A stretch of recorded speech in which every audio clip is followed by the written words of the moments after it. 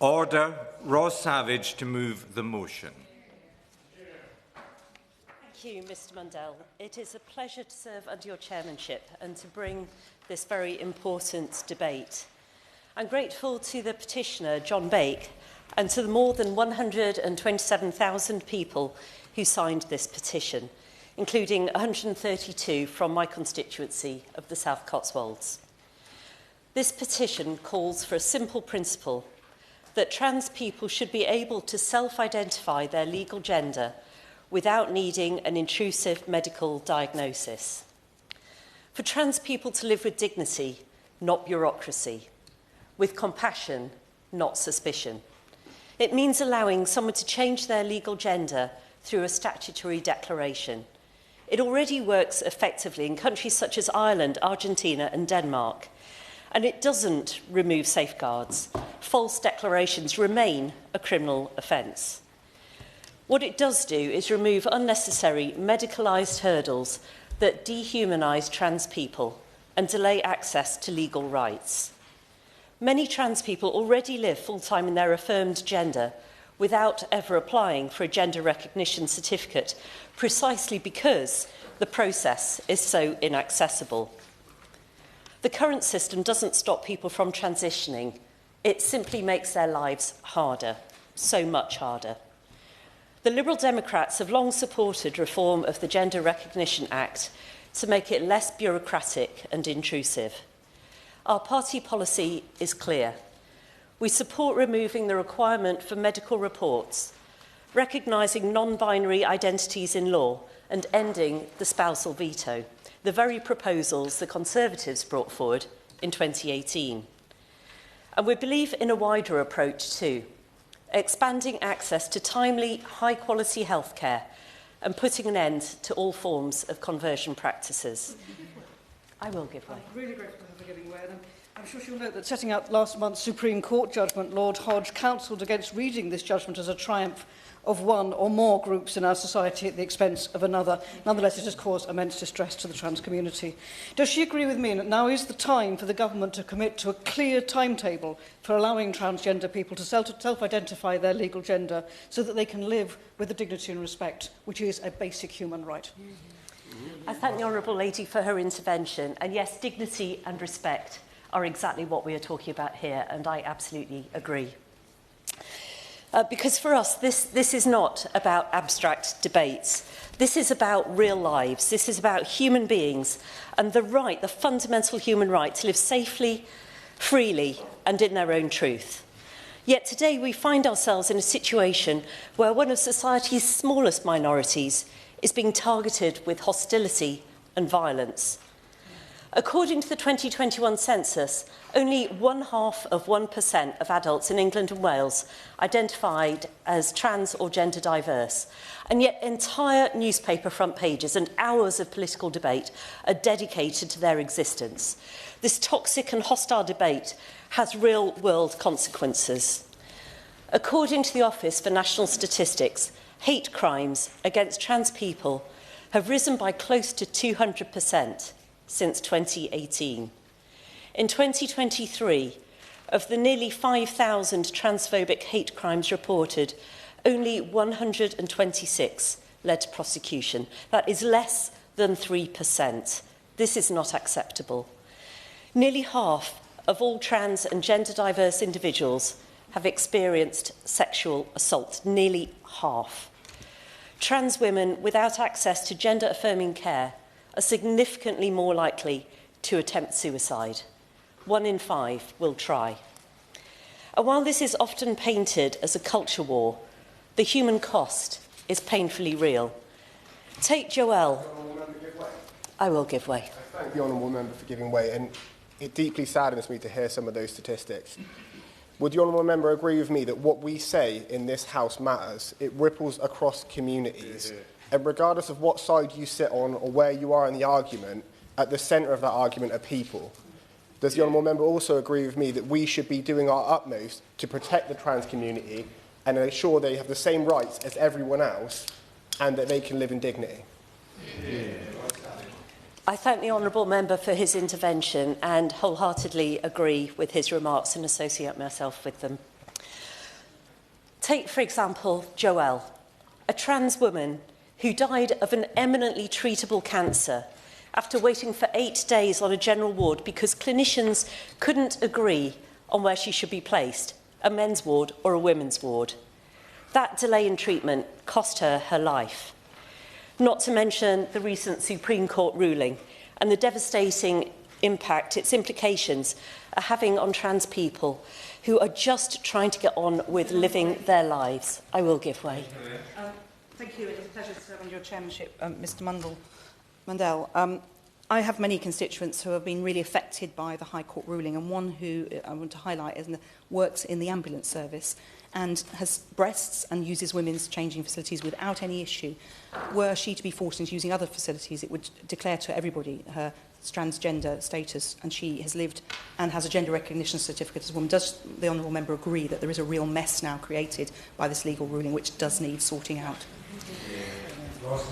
I thank the Honourable Lady for her intervention, and I am very keenly aware of the distress that has been caused by this Supreme Court ruling, and it seems to fly in the face of common sense when somebody who is clearly living life as a female would, under this ruling, have to go into male spaces. It just beggars belief.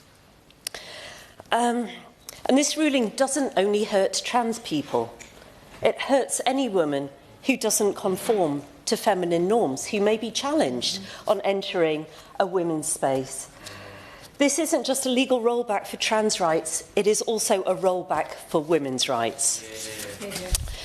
A recent survey response from a parent said, "I'm primarily worried about my trans daughter's safety as a result of the ruling, but I'm also worried about my cis daughter's future and the increasing pressure to conform to restrictive gender stereotypes." A trans person responding to the same survey wrote, "Stress, anxiety and uncertainty for the future. More and more, I feel like I'm having to shrink my life for my own protection." I will give way. I thank the Honourable Lady for giving way, and it's a pleasure to serve under your chairship, Mr Mundell. I'm struck by not only the Supreme Court ruling, but also the interim guidance by the EHRC, which is causing extreme distress to a number of my constituents. And I'm now reassured, actually I'm having to rely on Margate Pride's own advice to their businesses to reassure them that there are things about that ruling and the guidance that they should be taking into account, that it's not legally binding, doesn't change the law. Businesses shouldn't feel pressure to rewrite or roll back their trans-inclusive policies based on that draft guidance alone. Mr Mundell, Chair, this is not a situation which is acceptable for anyone to be in, where interim guidance by the EHRC is causing more stress and anxiety than the initial ruling, and that anybody that thinks that this Supreme Court guidance, that ruling, is drawing a line and making things clear is greatly mistaken. Yeah.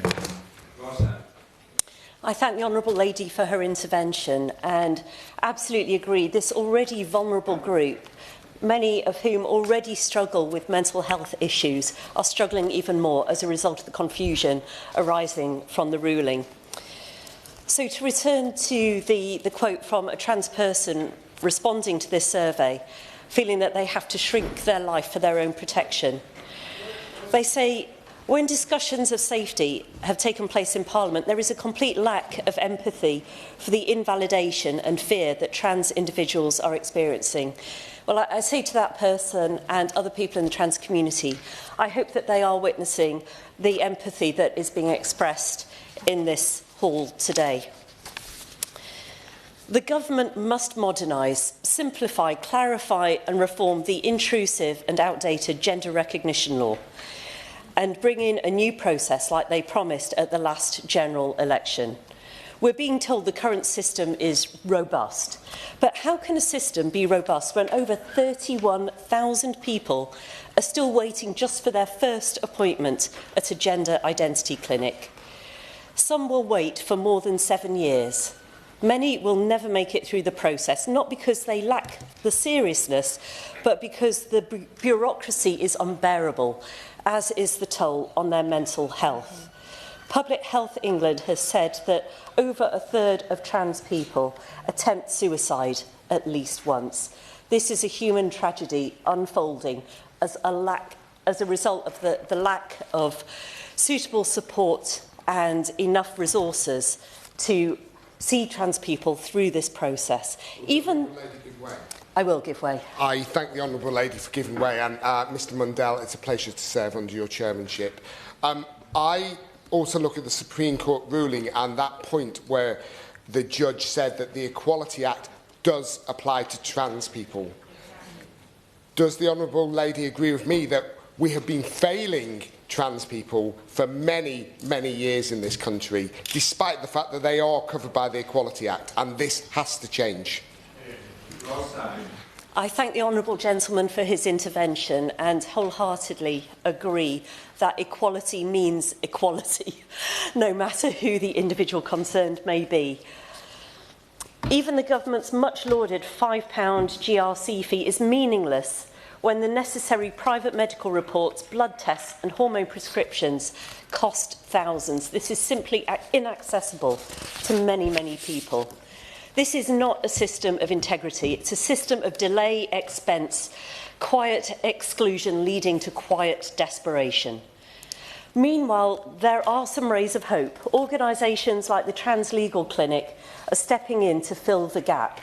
Founded just 3 years ago, the clinic now supports trans people across the UK with legal issues relating to discrimination, housing, gender-based violence and access to care. Their staff are unpaid. Their clients often arrive in crisis and their work is saving lives. So now, their message to us as parliamentarians is clear. Legal recognition reduces suicide risk. Gender recognition reform would directly improve mental health outcomes. We need to get past this toxic debate and focus on the urgent reality of trans people who face violence, homelessness and systemic neglect. And I would like to end this speech with a simple reflection. There are, as far as I'm aware, no trans MPs in this chamber, but we all have trans constituents and we all have the capacity to imagine. Imagine waking up tomorrow exactly as you are, same body, same mind, but the world is treating you as somebody that you're not. They call you by the wrong name. They dismiss what you say because they don't see beyond that gender issue. And that is the daily experience of many trans people in the UK. We cannot ask... I will give way. I thank the honourable member for giving way, and I think she's made a very comprehensive opening statement on behalf of the Petitions Committee, so I thank her for that. Does she agree with me that actually it's trans voices that are often left out when we talk about these issues and this debate? And actually we need to remember that there are humans on the other side of this, and that we need to be listening to our trans community when we are making decisions that directly impact their lives. I thank the honourable gentleman for his intervention, and I will say that I've worked very closely with a member of my team who is a trans person in preparing for this speech today, and it has been absolutely eye-opening for me as a cis woman to find out so much more about the toll taken on members of the trans community as they try to navigate these impossible systems. There is so much more that I could have put in this speech today that would only, I think, arouse even more compassion.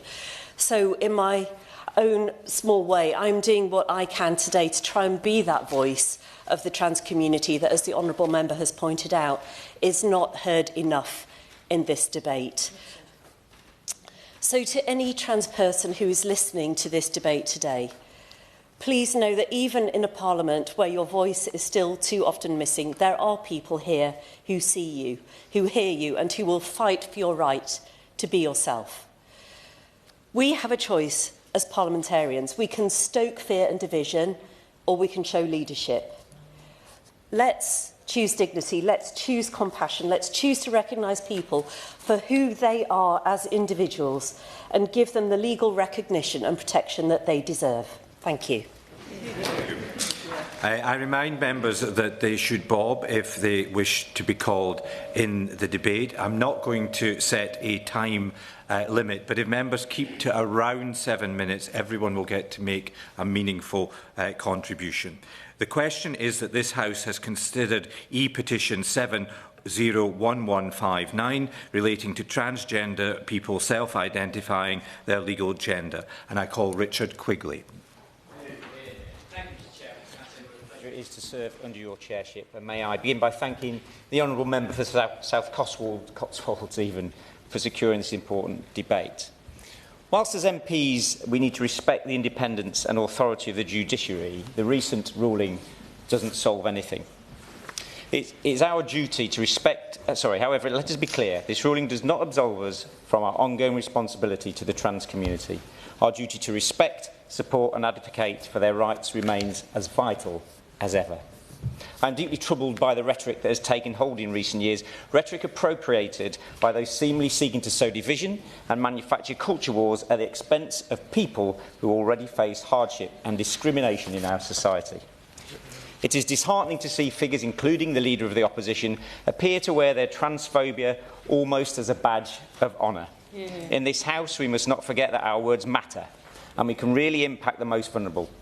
I came into politics, as I believe many of us did, to champion minorities and to give a voice to the voiceless. It is vital that we remember the power we hold, to raise the tone of debate rather than to lower it, to support the vulnerable, not scapegoat them.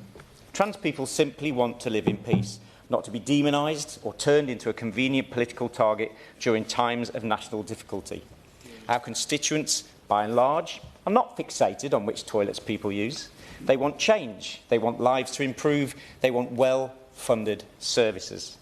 What concerns me further is the growing narrative that improving trans rights somehow threatens the rights or dignity of women and girls. And I am not going to deny that in places such as the prison service, there have been troubling examples of individuals playing the system to gain access to women's spaces. We must acknowledge and address these concerns seriously. But when I hear some from the opposition benches declare themselves, well, if they were here, champions of women's rights, I find myself asking, where are they now? But where have they been for the last 15 years?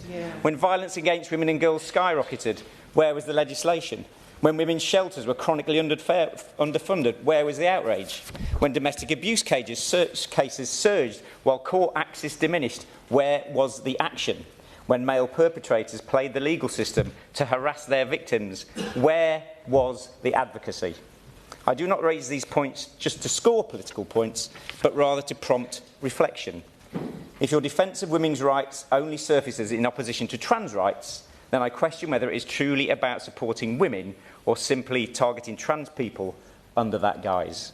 I stand here not to provoke arguments, but to urge every member in this chamber to remember the human beings behind our words, their families, their communities, their lives. Hate crimes against trans people are rising. If we as MPs do not accept some responsibility for the tone and consequences of our discourse, then we are failing in our duty. I will. I thank the honourable gentleman for giving way, and he really highlights this really important point. So many people have been in touch with me, very frightened now because of this this Supreme Court ruling. Doesn't he agree? As he said, we need to speak well here, but the government needs to make sure that that interim guidance is fast firmed up into proper guidance, because the interim guidance is causing confusion and fear among so many people. I thank the honourable lady for intervention. I do agree entirely. Words matter, as we've seen many times. Over the last 14 years, words do indeed matter. Ultimately, I believe the petition before us is rooted in compassion, dignity and a call for basic respect, principles that are, I believe, unmistakably British.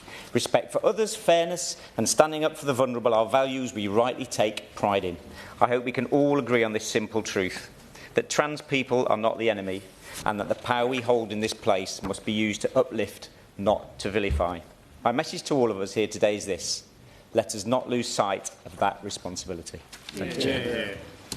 I call Kirsty Blackman. Thank you very much, Mr Dell. Thank you for chairing this meeting for us today. And I'd like to congratulate the member from the South Cotswolds for moving this on behalf of the Petitions Committee. I want to focus on some of the text of the petition and talk about specifically what you need a gender recognition certificate for and what you don't need a gender recognition certificate for. You do not need a gender recognition certificate to update your driving licence. You don't need one to update your passport. You don't need one to update your medical records, your employment records or your bank account. And you don't need one to go into a toilet or a changing room. You don't need a birth certificate either to go into a toilet or a changing room, I hasten to add.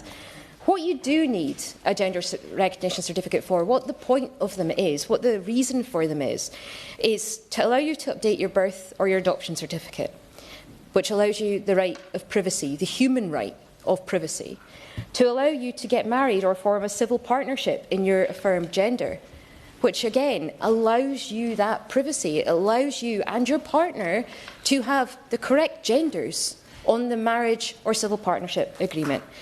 It allows you as well to update your marriage or civil partner certificate, and it allows you to have your affirmed gender on your death certificate when you die. Can you imagine if your partner or your father or your mother or your child dies and they have to have the wrong gender on their death certificate? Can you imagine how that can compound the misery that you are already feeling? Those are the things that a gender recognition certificate allows you to do. It might change your pension entitlements as well. For some people that is really important because they're not getting the correct pension entitlements, particularly if their partner dies. And you can apply to have a gender recognition certificate even if you've not had any surgery or any treatments. Now, the member for the South Cotswolds mentioned the issues that there are with gender-affirming care, with gender identity clinics, with the extremely long waiting times that there are, even for those initial appointments. Can you imagine if people did not have to have a gender dysphoria diagnosis in order to apply for a gender recognition certificate? They wouldn't even need to see the gender identity clinic, should they not wish to. Just to say, doesn't she agree with me that other jurisdictions have implemented the legal self-declaration of gender without any detriment and actually without any of the debates that have come in this country, even without those reforms? For instance, Ireland are 10 years into their self-declaration of legal gender act. Isn't it time that we moved with those other jurisdictions?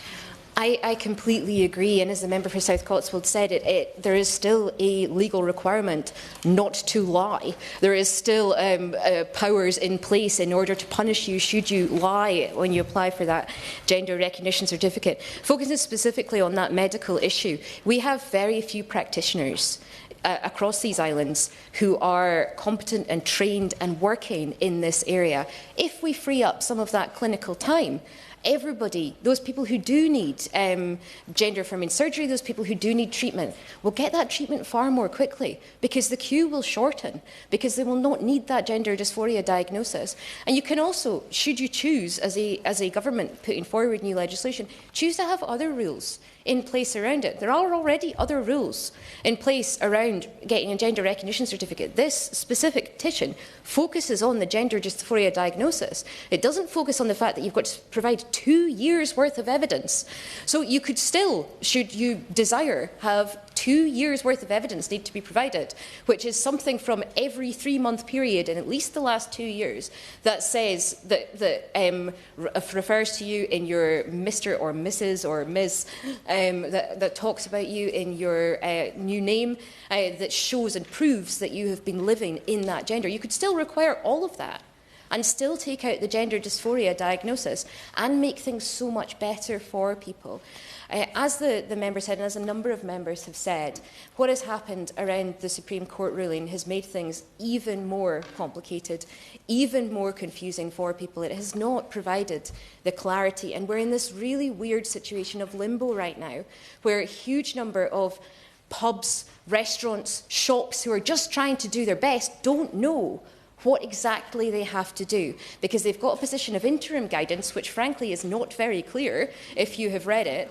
They've also got the court ruling, they've also got the Equality Act to look at, and they don't know what toilets they should be providing for people. Absolutely. thank the honourable member for giving way. I have heard the argument, and as a member of the Justice Select Committee, I've inquired further into this, that what the Supreme Court did was to give an interpretation of the meaning of sex within the confines of the Equality Act 2010, and it is now for the government to legislate further to protect trans people.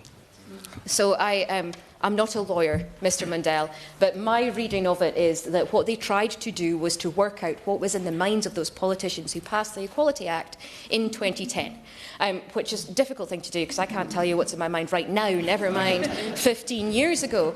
They tried to interpret that, and they came down on the side of saying that the politicians were talking about biological sex, and that single-sex spaces, for example, although actually the Equality Act mainly focuses on things like discrimination rather than on single-sex spaces, which is a tangential side mention in the Equality Act, that you can only be discriminated against now, my understanding, is on the basis of biological sex or on the basis of your transgender identity, not your transgender gender, your transgender identity as the fact that you are a transgender person, which removes a huge amount of protection for transgender people.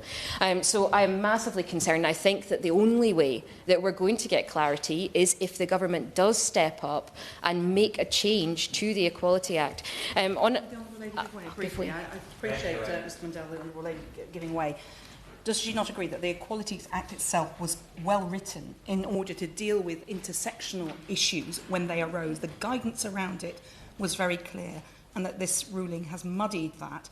And as you say, as the Honourable Lady says, Mr Mundell has highlighted that now the government may need to step in to resolve this. I do agree, and actually the court ruling decision made clear that the Scottish Government had acted in line with the EHRC's guidance, but it was the guidance that was wrong because it should have been done on the basis of biological sex, not on gender. Just lastly, Mr Mundell, I'm aware I'm pushing up against the time. I wanted to mention the EHRC, and I am also concerned about the direction of travel with the EHRC. I think that it would be sensible to have an independent body look at making these decisions. I think given the EHRC's current positioning, given the comments that the EHRC have made, given that a few weeks ago I was at a 15 years celebration of the Equality Act, and a number of people from LGBT Alliance and also Sex Matters people were invited to that celebration of the Equality Act, while there was only one transgender person in the room. And I am concerned that the EHRC is not able to be an unbiased arbiter of the law in this. And that, actually, I think they've got a really impossible job right now, because you cannot interpret the Equality Act on the basis of biological sex. It doesn't make sense unless you're going to tell everybody that they've got to have 3 toilets, if you're defining all toilets as single-sex spaces, and if businesses are going to be required to continue to have single-sex toilets. I mean, the easiest way for them to solve this would be to say that every business just has to have unisex toilets for everybody, because then everyone would be able to access every toilet. And I actually don't think that's a position that we want to get to. I don't think we want to get there. So the only option that the government has is either to talk to the EHRC and ensure that they are being completely unbiased, but actually changing the Equality Act so it's totally clear what it means, so it's clear what the definition of sex is, and it's clear that we are actually here trying to protect the human rights, particularly the right to privacy, the right to die in a dignified death, the right that trans people should have in their gender, in their affirmed gender, if that's the phrase that you want to use. I think we're failing right now, and that changes need to be made in order to protect our constituents. Josh Newbury. Thank you, Mr Mundell. It's a pleasure to serve under your chairmanship for the first time. According to the Rainbow Map, which ranks European countries based on their legal and policy practices for LGBT people, we are now in the United Kingdom as low down as 22nd. But bear in mind that just 10 years ago we were at the top of that list, and since we have slowly but surely made our way down it. Let's be clear, trans people in this country are facing a wave of hostility, misinformation and marginalisation. And regardless of our position on the topic of this petition, that should concern us all. Some organisations have jumped the gun on restricting access to single-sex spaces in advance of the full Equalities and Human Rights Commission guidance on a misguided belief that they are following an updated law.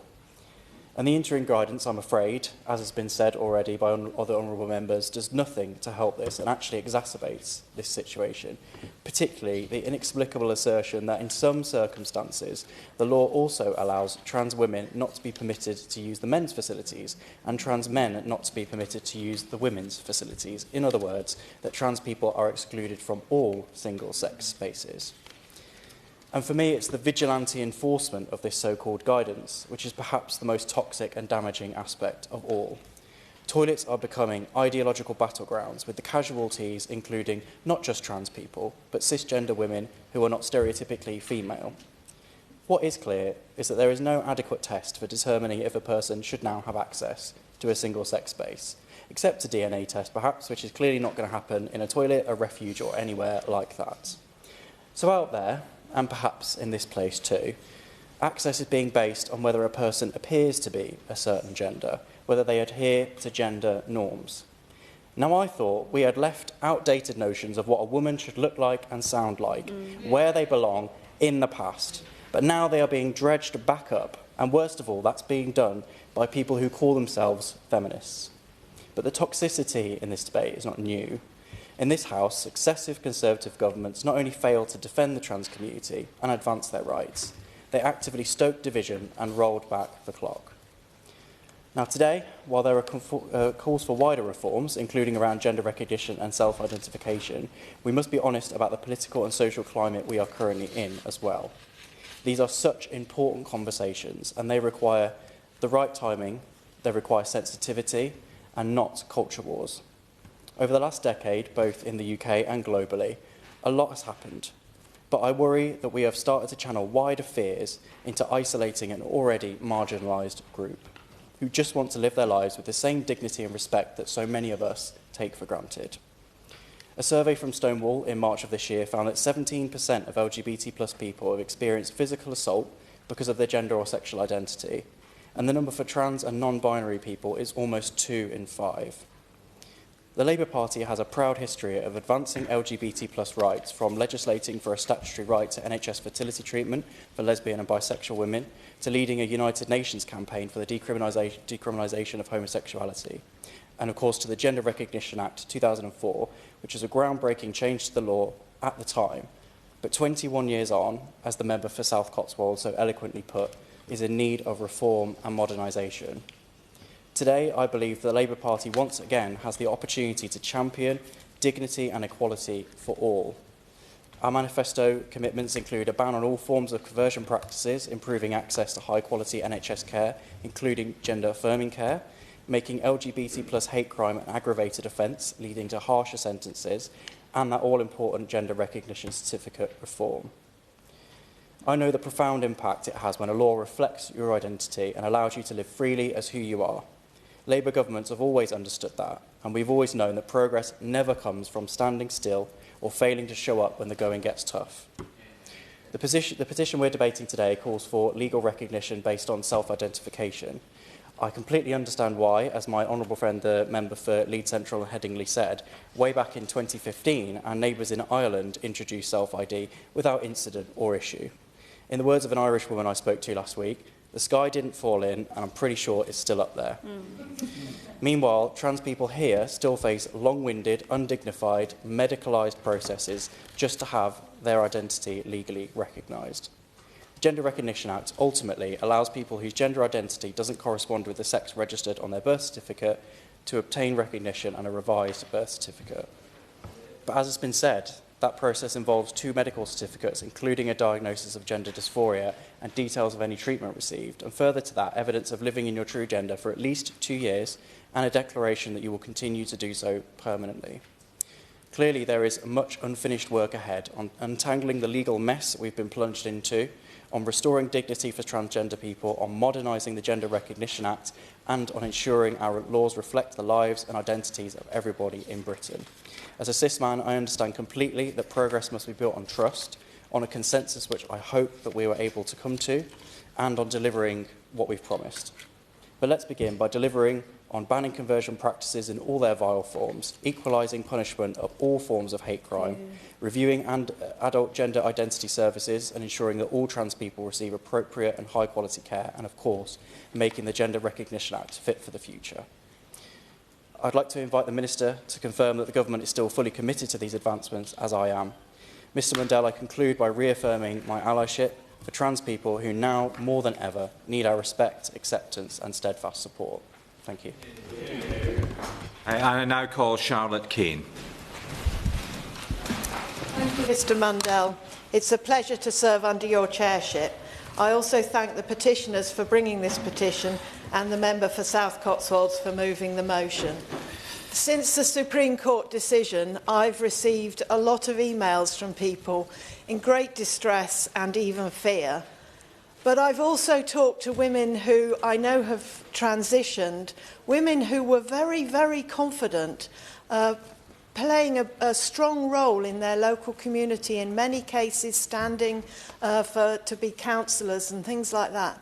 And those confident women who I've known for years are now also very, very frightened and worrying about how they're going to manage under the current rules, guidelines, since the Supreme Court made its decision. We all know the NHS is in crisis, and this is true of the services for transgender people.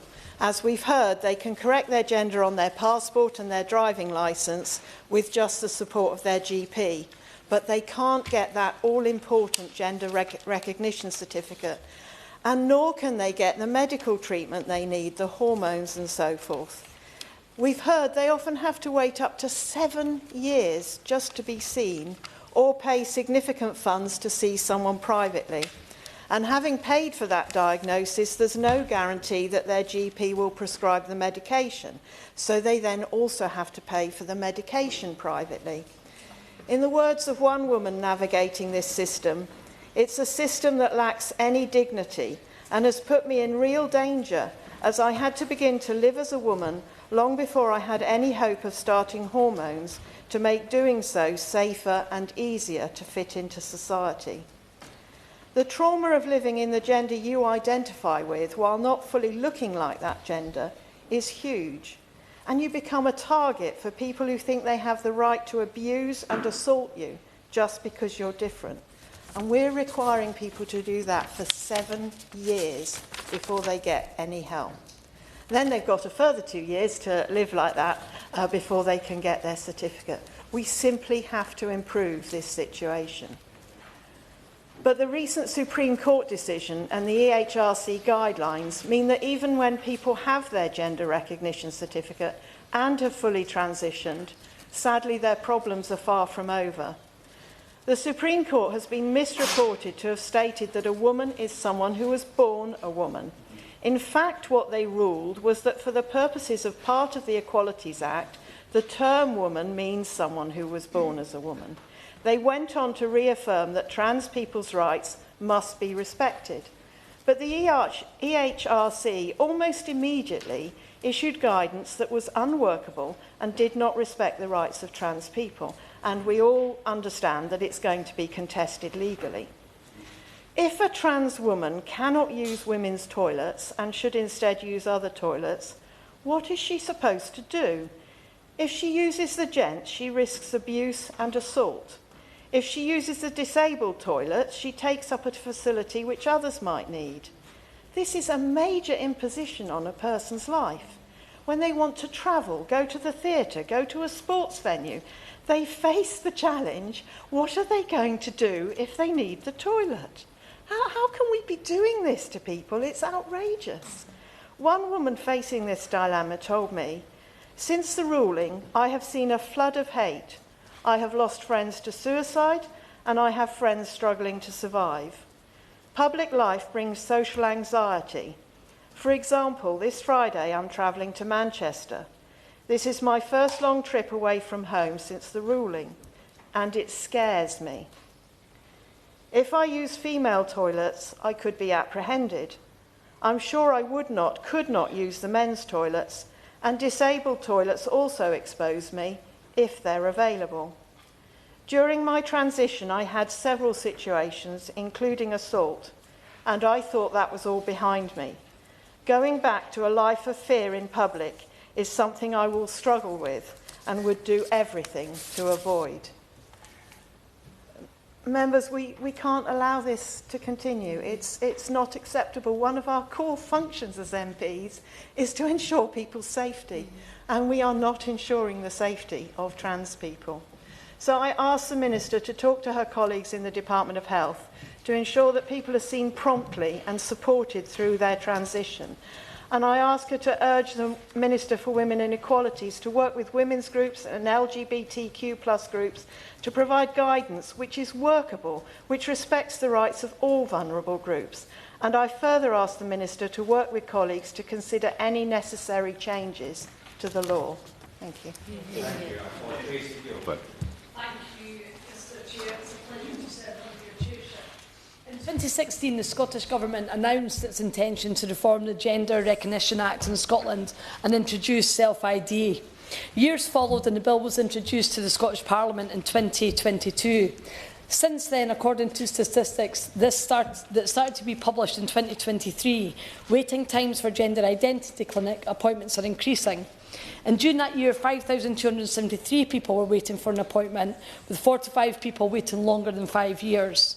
At the 31st of March 2024, this had increased to 5,640, with 184 people waiting longer than 5 years. Transgender identity aggravated crime charges have doubled from approximately 40 in 2016-17 to over 18 in most years since 2021, which is unacceptable and must be acted upon and improved. This bill is not improving lives of transgender people. Mr. Chair, many people have faced abuse, intimidation and threats for expressing any concerns or opposition to self-identification. I know people whose careers have suffered, been cancelled or dismissed, and respected academics targeted. I've witnessed placards inciting violence and sexually aggressive language towards women, and currently we have the terrible situation of nurses being taken to employment tribunal for standing up for their rights provided in the Equality Act 2010. Mr. Chair, these threats and intimidation are almost always targeted at women. During the passage of the Gender Recognition Act, Scottish ministers repeatedly said that it was the most consulted on bill in the history of devolution. However, consultation is only meaningful if you listen to the feedback. One of the areas was ignored by the Scottish ministers was on prison placements. Self-ID was already being implemented in the prison estate across the UK. The issue was raised in the House in February 2019 after a woman was sexually assaulted in HMP Newhall. The then UK Government ordered a policy to review. The Scottish Government did nothing. This is just one example where the Scottish Government ignored warnings, leaving them to defend the indefensible. In the Supreme Court judgment on the case brought by For Women Scotland, Scottish ministers argued that for the purpose of sex under the Equality Act, a woman would be a biological woman, a person who had a gender recognition certificate identifying as a woman, or a person who self-identified as a woman. Had the Scottish ministers won, it would have meant that the rights of one protected characteristic would prevail over the rights of another. Again, a concern raised during the consultation that was not listened to and has been borne out in practice. One example being in March this year, some councillors who strongly support self-ID attempted to defund Edinburgh Women's Aid. The reason for doing so is that Edinburgh Women's Aid provided some services that did not include trans people. A women's project providing single-sex services, refuge and support for women, a lawful exemption provided for in the Equalities Act. Mr. Chair, happy to give away. Thank you, Chair. Does she agree with me that threat to funding Edinburgh Women's Aid was an absolute disgrace, and we should be ashamed that that was even discussed in Edinburgh? Absolutely. Thank you, Nat. I thank you for your intervention, and it brings me on to say that were those councillors really saying that trans people wanted to see vital supports withdrawn for women fleeing violence and abuse? These politicians do not represent the views of any trans person that I have met. Mr Chair, self-identification has an impact on a number of protected characteristics across the Equality Act. Of course, we must do more to help and support trans people live healthy, happy and fulfilling lives, and we must bring respect and dignity to all. Trans men and women remain protected by the Equality Act that was proudly introduced by the last Labour government. Trans people must have appropriate services and protections from discrimination in the workplace, but this should never be at the expense of other protected groups. We all know that from the Sullivan Review that data is not being collected accurately and institutions continue to blur the lines between sex and gender. This is leading to gaps in provision for all people across communities. Replacing sex with gender identity erases biological difference, which is critically important for medical and health issues, criminal justice, education, sports and the rights of lesbian and gay men, to name but a few. Mr Chair, in conclusion, it is vital that we have an open communication with trans people to move this conversation forward. We all have a responsibility to remove the toxicity from this debate. This is not about winning or losing. It's about how we provide trans people with services, help them to live dignified lives, but with the understanding that sex is not an identity and gender and sex are not the same thing. Thank you. I call Sian Berry. Thank you, Mr Mandel. It is a pleasure to take part in this debate under your wing. And thank you from me too to John Bake for submitting the petition, and congratulations for securing enough signatures to win this debate today.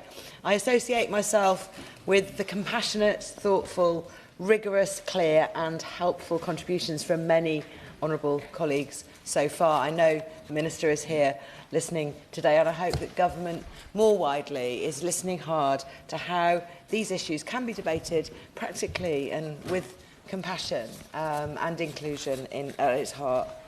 I can see many colleagues here from constituencies whose citizens have signed this petition in large numbers. However, it will probably be of no surprise to other honourable members that my constituency of Brighton Pavilion has by far the largest number of signatories, almost twice that of any other when I last checked. In fact, every trans rights-related e-petition I can find on the Parliament website demonstrates just how trans-inclusive Brighton Pavilion's residents really are and how much they care to keep things that way. Trans inclusion runs through Brighton like its famous rock, and I'm immensely proud to represent such a famously compassionate city and constituency. And agreeing with this petition isn't just a Brighton thing. The policy of the Green Party voted on by our members is also to allow transgender people to self-declare their gender without barriers to secure their rights. It is also Green Party policy formally to recognise non-binary and intersex people on legal documents, something places like Iceland, Germany and Malta have already done as well. Now, as others have already reminded us, of course, the context for this debate is a highly worrying and uncertain time for trans people and their rights in the UK. Daily lives are now conducted in the shadow of the Supreme Court's ruling on sex and gender in the Equality Act. In what ways guidance for institutions and businesses will be changed permanently, and how the ruling's decision on one act affects the whole basis of the Gender Recognition Act is still under debate and legal challenge. My inbox, meanwhile, is full of words like shock, disbelief and fear from Brightonians worried about what the future may hold for themselves and the people they love. But, as always, my brilliant constituents are coming together in solidarity. And as their MP, I tabled an early day motion last week that was co-written with a trans woman in my constituency. Because so much of this debate happens without trans voices playing the part they need to. I'm really grateful to every member who's brought a trans voice into this room today. Our EDM is a simple call for solidarity and respect, recognising that transgender transition liberates trans people to be their true selves. And I believe every honourable member in this House can and should sign up to it. And ahead of this debate, Abigail, a constituent who also volunteered on the doorstep on my campaign last year, wrote to me telling me more about what this means to her. She says, I transitioned in April 2002. Before then, I drifted through life wanting to die, sometimes suicidal. Now I know who I am and what I want. Before, life was black and white, and it changed to full colour. Everyone has heard of gender dysphoria, the pain of pretending to be who one is not, trying to be masculine and feeling wholly inadequate. But on transition, we feel trans joy, the liberation of being who we really are. It is a gift to society. There are people being truly ourselves. Many people do not manage that. Before, I could not form relationships because I could not reveal who I am. Now I have close friends and a loving partner. I am a woman. I cannot explain that. It is simply true. Let's bear Abigail's words in mind and try to build back to more consensus on these issues. The fact that trans people are real, have rights, and a right to have their gender legally recognised in a fair process was something Conservative Prime Minister Theresa May acknowledged in 2017 and brought forwards for consultation. The fact is that the current process of obtaining a gender recognition certificate remains protracted, complex, and very unnecessarily intrusive. And the question being asked then was how to change the process to make it better, not whether to change it. The previous plans were officially dropped in 2020, I understand, by Liz Truss during Boris Johnson's government, and no Equalities Minister has yet officially gone back on that decision to relaunch a reform. But I hope this government will reconsider, and that is the question I want to ask the Minister today. Even though the benefits of having your true gender legally recognised are now in question, we can continue those arguments. Reforming this process is still sorely needed. So I say to them, please support my constituents, this petition and trans people across the country today and get this reform moving again. I call Tim Roker. Thank you, Mr Mundell. It's a pleasure to serve under your chairship. I rise today in support of the petition and more broadly in support of the rights and dignity of transgender people in the UK. Because let's be clear, we're not just debating a petition, we're debating people's lives, as people have made clear. Now, in Macclesfield, we have a fantastic LGBTQ plus community that's shown solidarity with each other, including very recently with the Stride for Pride that's been run by the owners of Yazbeen.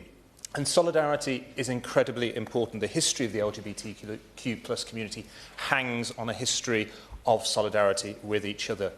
And the need for it is never been more clear than recently. The number of recorded transphobic hate crimes has surged in recent years. According to Home Office data, such crimes have more than doubled since 2016.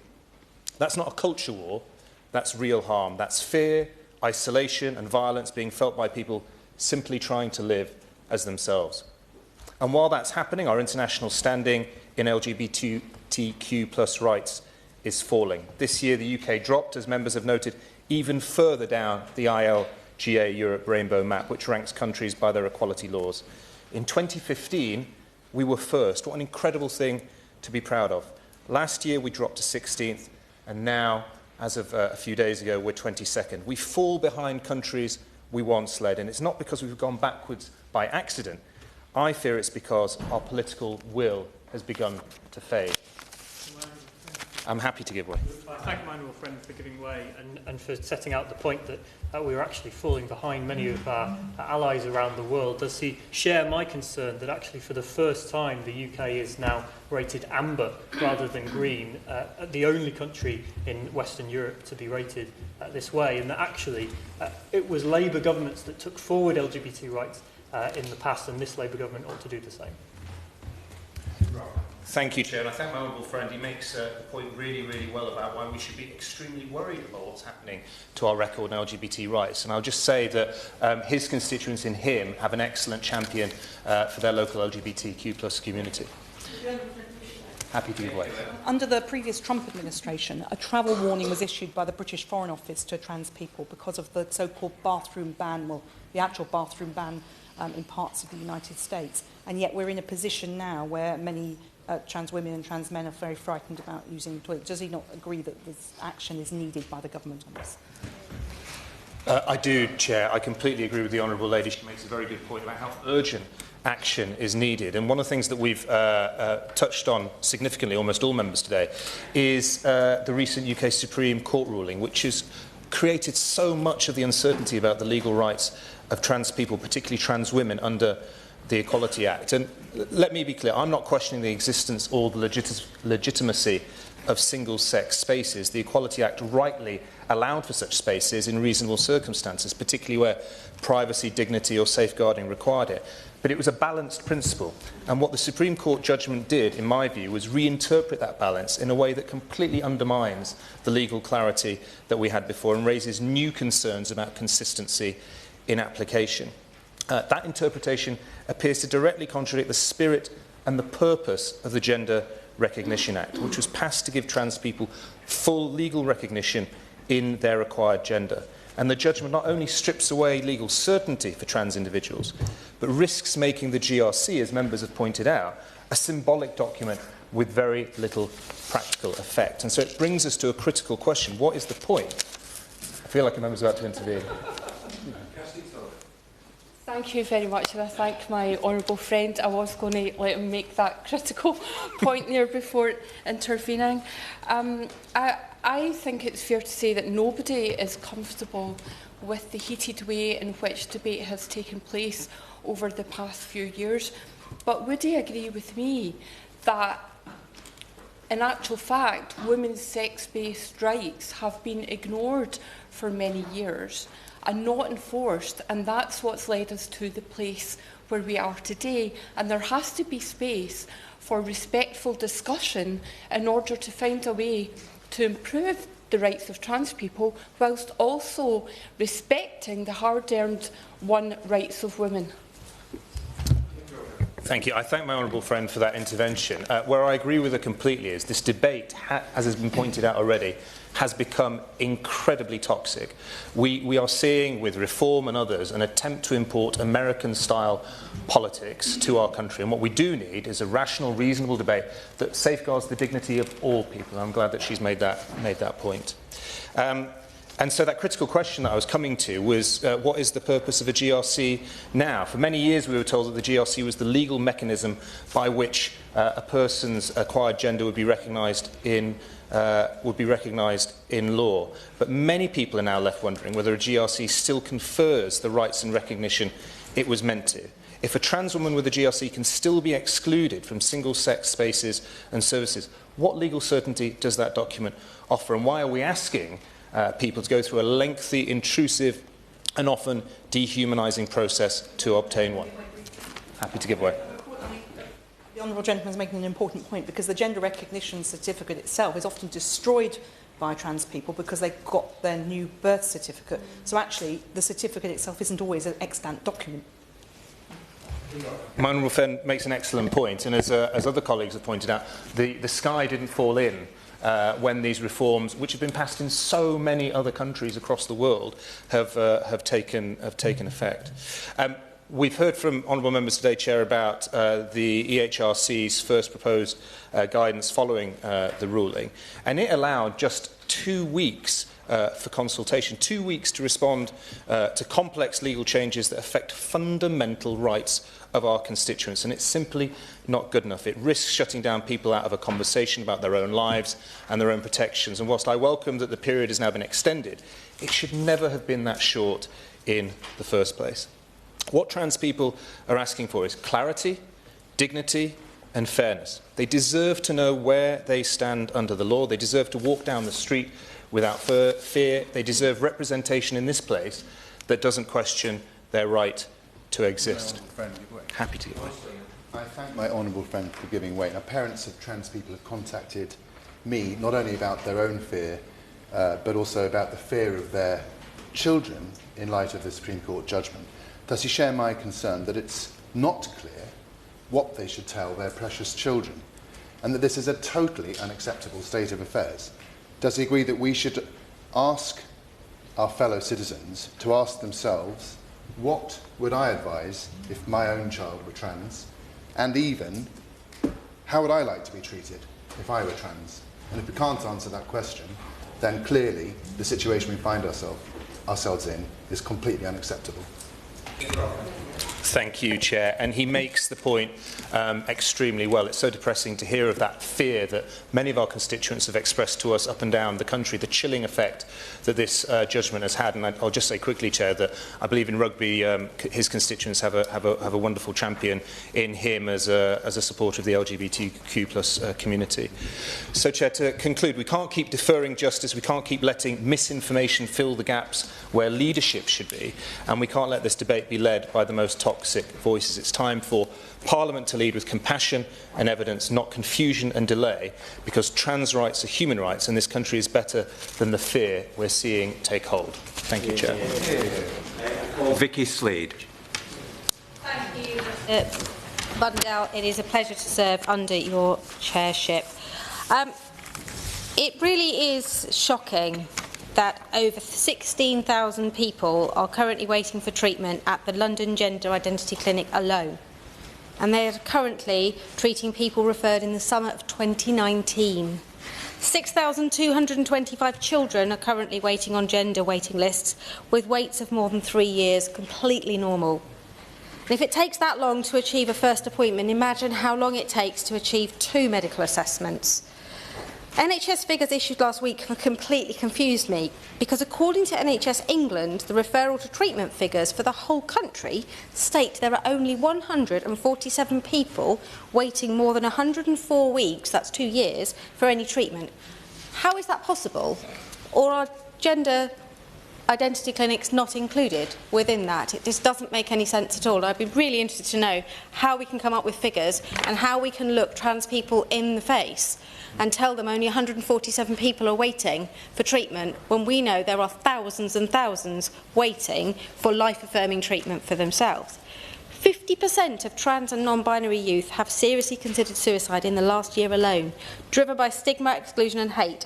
And a local teacher from Dorset told me that he found it deeply upsetting to see young people feeling their rights stripped away, saying that the ruling is not just a setback for human rights but an act of erasure.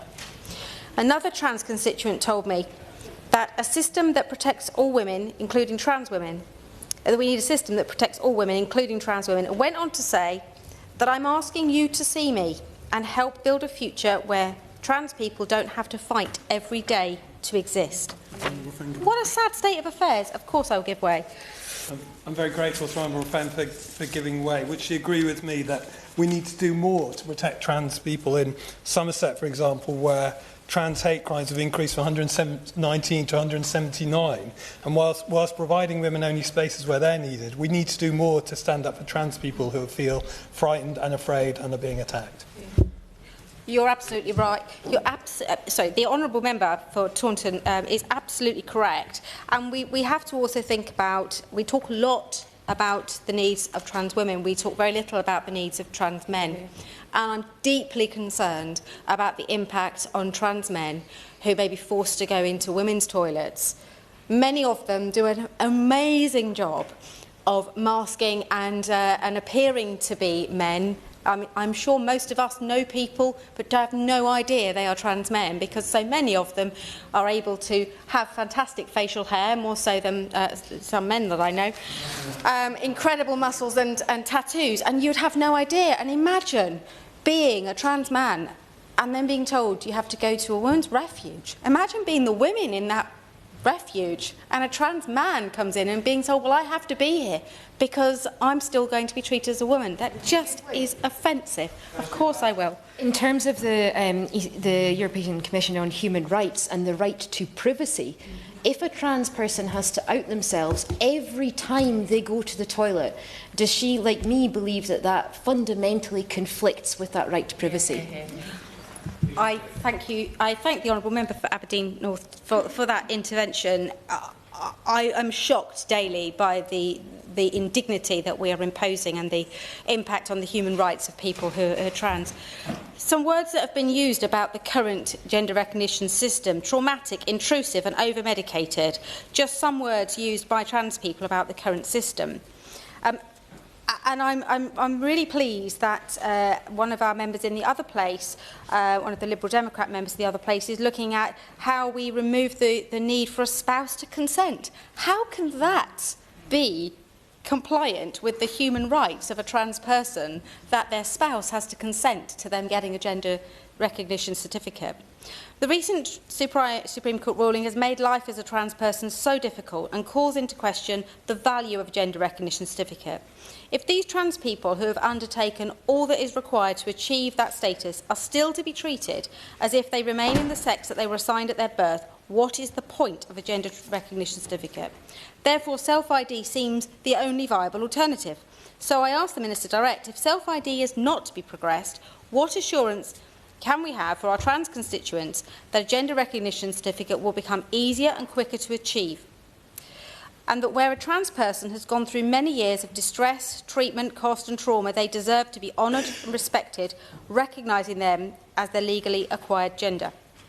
I recently recruited a member of staff. Unfortunately, they didn't stay with me very long because they found the whole process quite traumatic. And the day before they were due to start, they emailed me to tell me that they were trans and they thought I needed to know.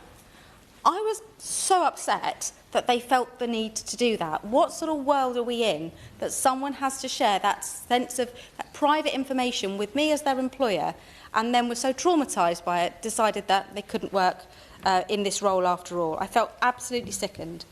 The Good Law Project recently said that given the hostile direction of travel in the UK, we, the Good Law Project, do not think it is a decent risk to be on a state list of trans people. I just want to go back to something that the Honourable Member for Aberdeen North said about death. I cannot imagine anything more awful for a parent to lose a child, as we've seen in recent years, particularly if it's been a violent death or a death by suicide, or somebody who has lived their life for many, many years in their required gender, and then to not be able to lay the person they love to rest in the gender in which they lived. There is no greater indignity than that. And if we do nothing else, I beg the Minister, make that change, that people do not need a gender recognition certificate for their death certificate. That is absolutely inhumane. I call for Enda Hughes. Dell, and it's a pleasure to serve under your chairship. I welcome the opportunity to be able to contribute to this afternoon's debate. I wish to begin by expressing my full support for the trans community and their right to live openly and authentically. Every individual in our country must be allowed the freedom to live their truth, free from discrimination and fear, and to be treated with dignity and the respect that they deserve. I'm especially proud that the City of Wolverhampton Council, based in my constituency of Wolverhampton West, made history back in 2016 by electing the first transgender councillor to office. That moment was not only a milestone for our city, but also a powerful symbol of what can be achieved when inclusion and equality are not just discussed, but put into practice. And I'm sure that Wolverhampton, my city, will continue to lead the way in promoting acceptance and equal rights for all. I mentioned the UK Supreme Court's judgment earlier in an intervention in the case of For Women Scotland and the Scottish ministers. And as a member of the Justice Select Committee, I have had the opportunity to inquire into that decision further. That decision confirmed that sex, for the purposes of the Equality Act 2010, referred to biological sex, and that trans women, even with a gender recognition certificate, are not considered to be women under the Equality Act's provisions on sex-based protections and rights. But that the ruling does not strip trans people of their right to be protected from discrimination, harassment, victimisation and unfair treatment. However, the decision has created a legal distinction between biological sex and legal gender, and that has obviously created a lot of confusion and uncertainty in areas such as access to single-sex spaces. So the government must act to find a way to uphold the rights of women and trans people without pitting them against each other, which is what has happened in the past.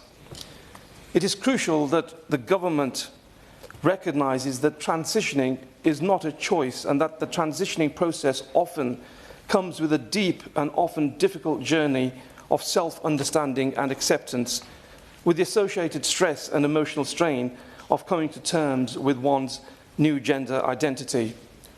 Mr. Mundell, the law is not static, and never it should be, because it evolves with society, and society itself evolves through empathy and understanding of others. I'm pleased that this government has committed to a wider range of support for the trans community, including trans-inclusive ban on conversion practices and a review of adult gender identity services. However, we do have a duty to ensure through further legislation that trans people are given proper legal recognition for their gender, and that we demonstrate respect and compassion towards all our communities. This is not about special treatment, it is about equal treatment, and sending a message to everyone in our country that they have the right to live freely and proudly as who they are and not as we think they are. Consequently, we need to reassure transgender people within our communities that they have the right and ability to live as their authentic self, free from fear and discrimination. I call Pippa Healings. Thank you, Mr Mundell. It's a pleasure to serve under your chairship, and I also want to thank my honourable friend from South Cotswolds for moving this motion and with such a powerful speech as well, as much as I'd like to thank all of the signatories to this petition. I want to add my voice to the calls for transgender people to be able to change their legal gender through self-identification, and in particular without the needs and recourse for a medical diagnosis for gender dysphoria.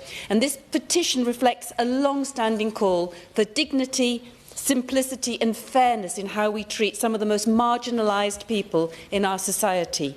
We seem to be going backwards rather than forwards, because the Women and Equalities Committee spent years scrutinising the Gender Recognition Act. As early as 2016 and again in its 2022 report, the committee recommended a move to a more streamlined, demedicalised process, recognising that being trans should never be treated as an illness. And yet that is exactly what the current process continues to do. The requirement to obtain a medical diagnosis of gender dysphoria from an NHS gender clinic doctor is not only seen to be dehumanising and daunting for those involved, but these days almost practically impossible, inaccessible.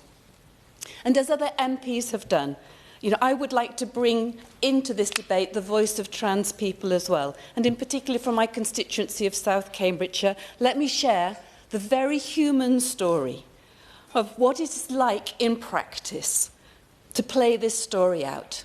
The story of a trans woman who embodies the struggle that this petition seeks to address.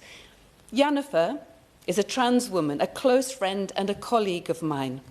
And she happily changed her gender in her passport and driving licence back in 2023 after a visit to her GP. Self-declaration in practice. And I remember the joy of that day, her joy and pride in what she said was her most life-affirming moment. But that was short-lived, because she then realised that this didn't entitle her to the next steps towards a gender recognition certificate, nor to her hormone treatment. For that, she needs a diagnosis of gender dysphoria from an NHS gender clinic. With the NHS in crisis and the reality in provision now, she is now 2 years into what is likely to be a 6-year wait at least. A cruel and unnecessary delay for a basic recognition of her identity. She has been able to form the most special of relationships, but she's not able to marry her partner in her own acquired gender without that gender recognition certificate. And more dangerously, she's had to turn to private treatment at huge personal costs. Her GP still refuses to prescribe the hormones she needs, citing loopholes that discredit private diagnoses. We've heard today about the mental health impacts of this process, And the stress and uncertainty this causes, they're not hypothetical. The situation in which Jennifer finds herself is dangerous. She has told me that to procure that medication informally is literally just to survive, because the alternative of not being able to live in her acquired gender and to change and transition, as she puts it, would be practically suicide-inducing. So she lives in limbo, denied the basic dignity of legal recognition. And there are huge questions over the need for this medical diagnosis. As the Equalities Committee concluded, this diagnosis is outdated. The World Health Organization has moved from gender dysphoria to gender incongruence under a non-mental health classification. The UK is now out of step with international best practice. Ireland, Denmark, New Zealand and Argentina have all reported positive administrative and public health outcomes from these policies based on legal gender self-declaration. And as we've heard today, these nations are not collapsing. The sky has not fallen in. They are modernising. And yet here in the UK, we continue to ask trans people to navigate a legal process that is, by the government's own consultation, dehumanising, overly bureaucratic and prohibitively expensive. We continue to ask trans people to prove that they are ill in order to access the legal right to live as their authentic selves. This contradiction is not only outdated, it is harmful. Trans people like Jennifer are not asking for special treatment. They're asking for respect, safety and recognition. And I would like Jennifer to know that she is heard, we see you, we value you, we respect you. And that is why I am asking the government, urging them to ask, asking the Minister to reconsider the recommendations of the Women and Equalities Committee that said, allow self-identification, remove the requirement for a gender dysphoria diagnosis from the Gender Recognition Act, and in fact reform the Gender Recognition Act completely to enable self-identification as this petition requests. Thank you. And I now call Olivia Blake.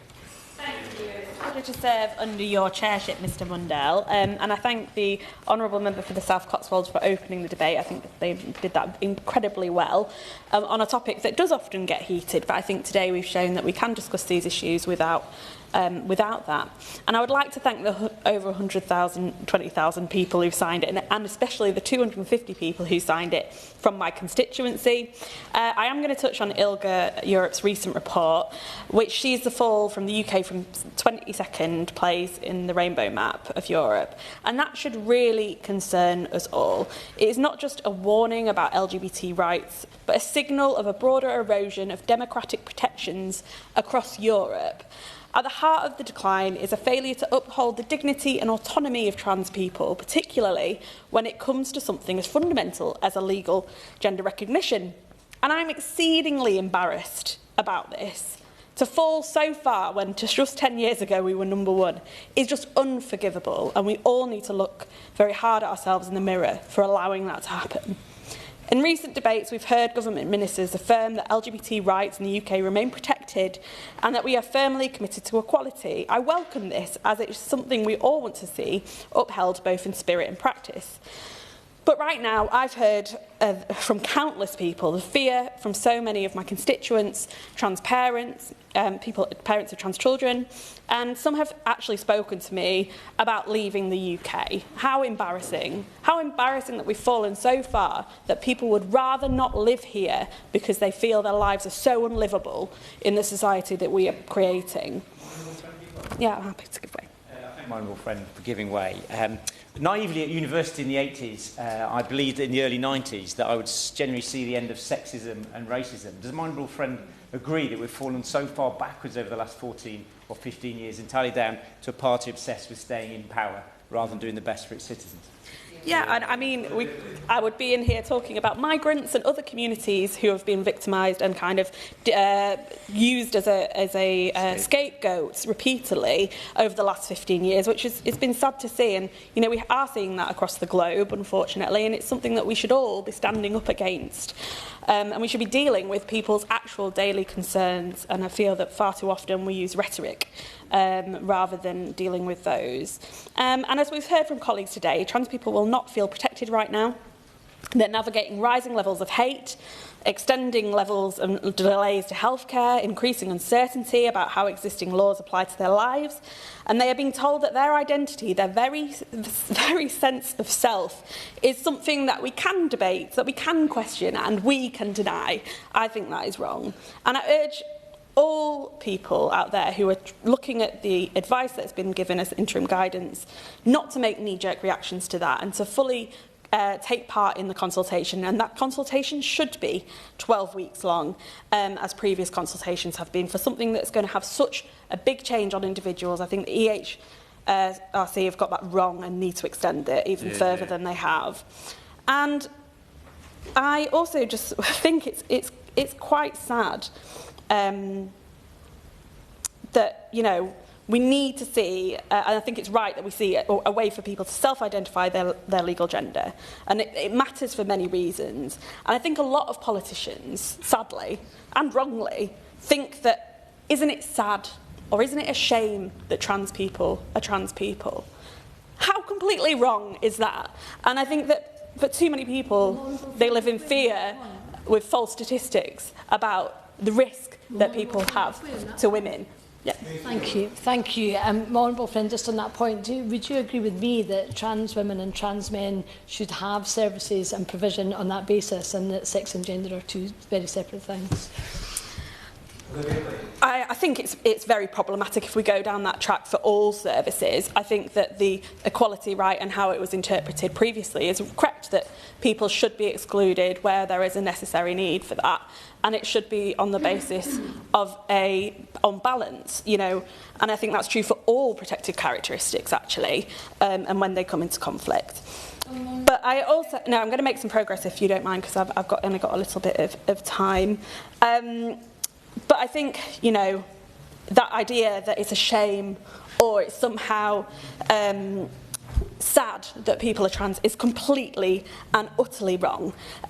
As has been said, trans joy exists. The many trans people I know, the many non-binary people I know, live joyful lives, and we should celebrate those lives rather than suggesting that it's still a mental health condition, even though WHO have said it's not.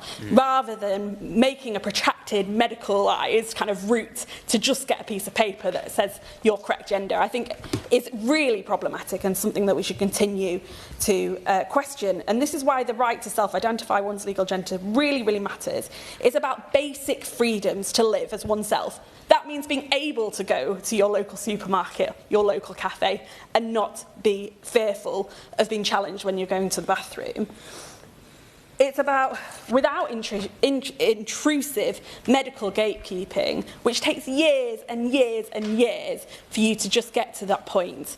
And I think that, you know, we know we're out of step internationally here. We know that the health advice has moved on, just as hysteria moved on from when women got categorised as that.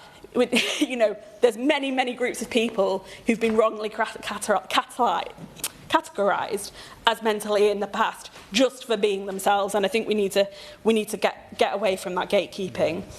Outdated bureaucracy or humiliation, as we heard again and again and again in consultations about the process as it stands. The EHRC's recent guidance on sex and gender in single-sex services has created further concern among my constituents, as well as charities, schools and employers who want to act properly but now feel unclear about their responsibilities.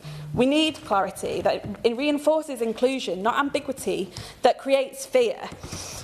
And I'm pleased that Labour committed to make the GRC process simpler in our manifesto, but the recent judgment is very concerning and it risks undermining the existence of these certificates in themselves if we're not careful and if the guidance goes the wrong way. Trans healthcare too is an area where we need action urgently, and current NHS waiting times and the indefinite ban on puberty blockers are leaving people in limbo for years.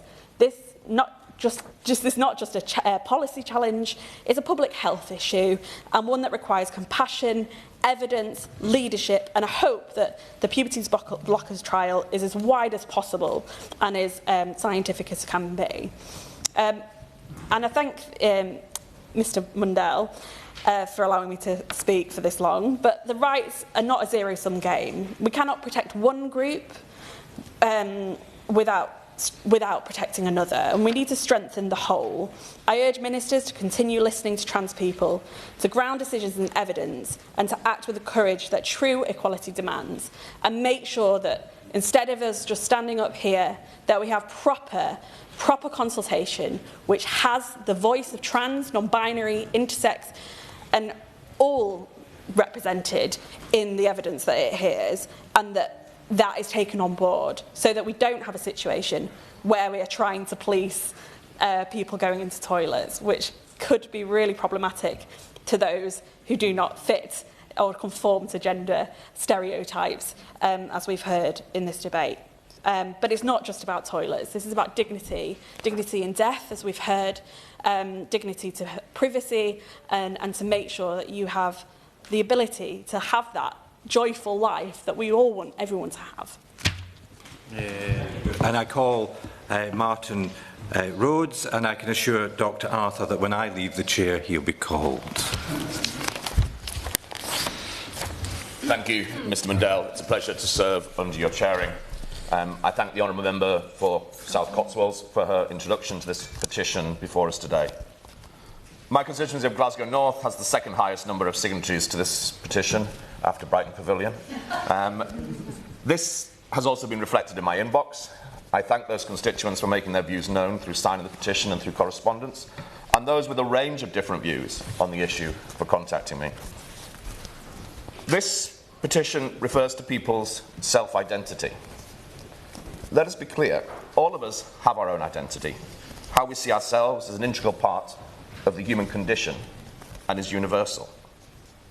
It is something that is part of how we understand ourselves, how we seek to relate to others, how we feel about who we are. We all have our own journey to self-identity and hopefully to acceptance of that identity. Legislation cannot stop that innate self-identification of human nature, but legislation can frame how easily we can live that identity honestly, openly, and safely. This is as relevant for trans men and trans women as it is for any human being. Supporting trans people to have their self-identity respected is as important as it is for all of us. This is not a claim for special treatment. It is a call for equality in how people are treated.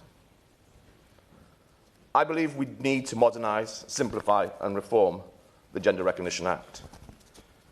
This particularly means reviewing adult identity services to ensure that all trans people can access appropriate, timely and high-quality care.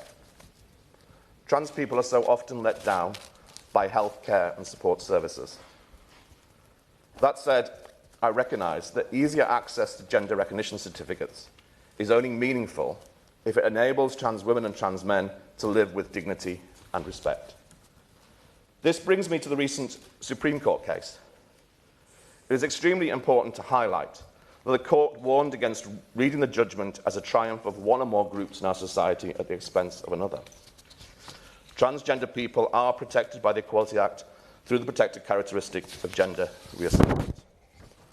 Although the ruling clarifies the legal definition of sex in the Act, it does not clarify how the Act should be implemented or how the Gender Recognition Act interacts with the Equality Act and the right to privacy.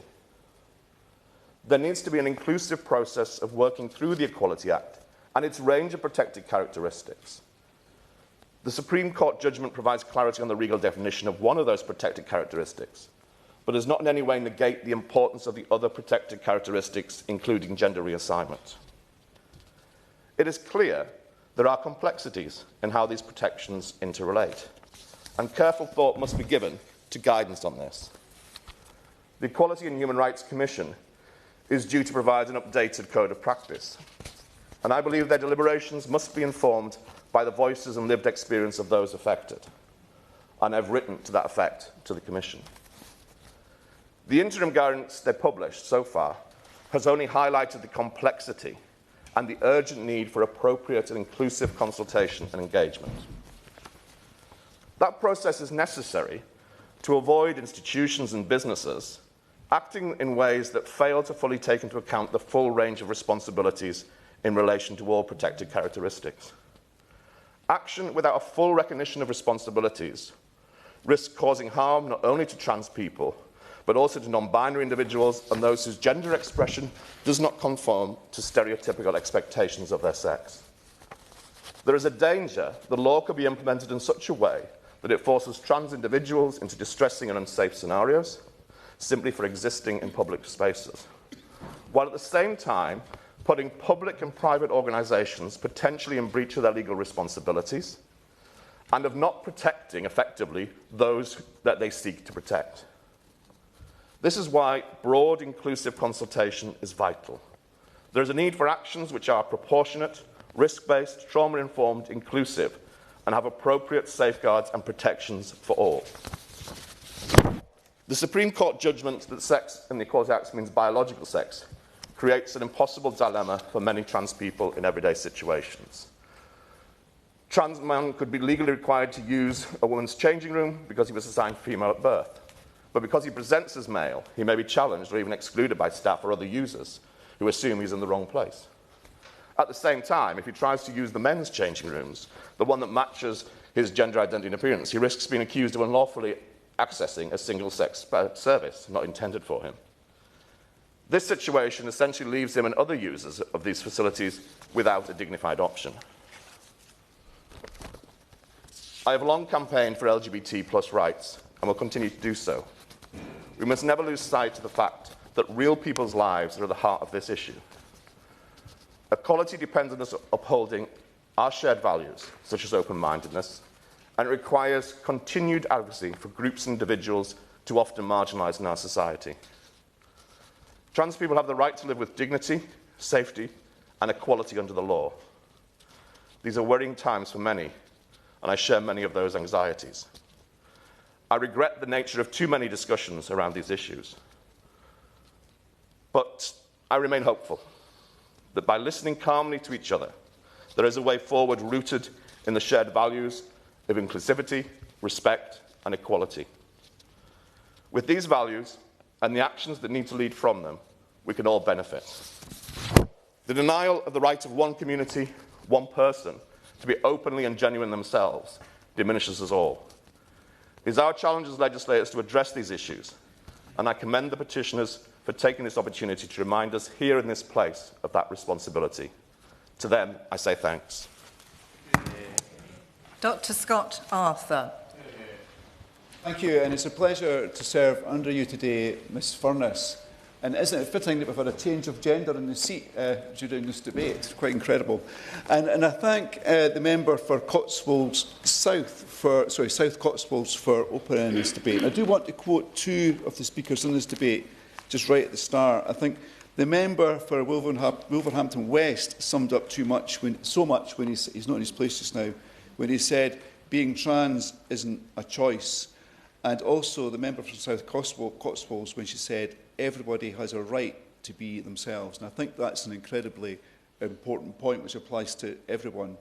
And in my maiden speech, I did make the point that it would be there for everyone in my constituency, because I do know in the last Parliament, on this issue, many people right across the UK didn't feel they could approach their MP to discuss this issue. And I think that's something that should shame us all. So I consider myself to be an ally of the LGBT community, not least because I'm the proud father of a gay woman. And I do look forward, and I do hope we'll hear today from the Minister about the implementation of our manifesto in this area. In so many doorsteps in Edinburgh South West, this time last year, I was pointing to that section of the manifesto and saying this is our commitment. So hopefully we'll see it sooner rather than later. And I do want to talk about two of the people I spoke to on the doorstep last year. The first was a mother of a trans woman, and I think without doubt she was this person who I spoke to the longest on the doorstep, and it was incredibly moving. She was talking about how as her daughter moved through puberty, how she really struggled to come to terms with herself and the problem that caused her. And her daughter believed that if she didn't eat, it would delay the onset of puberty. And that led to her almost dying. Quite an incredible situation. And so that told me that back then that perhaps there is a case for puberty blockers in an absolute minority of cases where it could save a life. I think it's really important. And I think, you know, that girl is now a woman, and the last I heard, she's leading a full life, thanks to quite an incredible mother. And then a few weeks after that, I spoke to the mother and father of 2 teenage girls. And they were concerned about this debate because they were concerned that their daughters would go into a toilet and be confronted by a trans woman, or worse still, as they seen it, someone masquerading as a trans woman. And it's tempting to view these two sets of parents as opposing each another. But in fact, they had so much in common because both of them loved their children and really just wanted the best for them. And quite naively, I dreamt that perhaps the solution was to get these parents together so they could see this issue from different perspectives and perhaps find common ground. But people, Scottish MPs here will know that that was incredibly difficult in Scotland because the nature of this debate in Scotland became incredibly toxic. I don't know how bad it was in England, but it could not have been worse than it was in Scotland. And the great shame, and the thing we should be ashamed of, is it became difficult to talk about this issue in social circles because you didn't know what perspectives people had and how strongly their feelings would be. And that doesn't support the rights of minority groups when we can't even talk about their rights in that setting. And so I do want to quote another contribution today, and that's from my colleague, the member for Bathgate and Linlithgow, and she says what we need is a respectful debate, and that's right. I think what's good is the EHRC's consultation around the Supreme Court's ruling has been extended to 6 weeks, and I really do hope that is open and inclusive, and as well as people telling or suggesting to EHRC how they think the world should be, I hope we find space to listen to each other, because I think that's what we've been missing this debate for the last 5 years ago. Thank you, Ms Furness. Spokesperson Christine Jardine, please. Thank you very much, and it's a pleasure to serve with you in the chair, Ms Furness. And I'd like to congratulate the honourable member for South Cotswolds for leading this debate with such a powerful speech on behalf of the 120,000 people who want us to consider this and consider it carefully. And I want to thank so many who have brought the voice of the trans community into this chamber today, because they need to be heard. But more than that, they need to be listened to. For the past 6-8 months, this debate, in fact, for the past 3.5 years, this debate has been a big part of my life. Not just because I am a Scottish MP and I recognise what the honourable member for Edinburgh South West was talking about, but because I have been at the centre of our formation of our policy in the Liberal Democrats on this specific issue. And the revised policy that we came up with sets out our continued commitment to self-ID.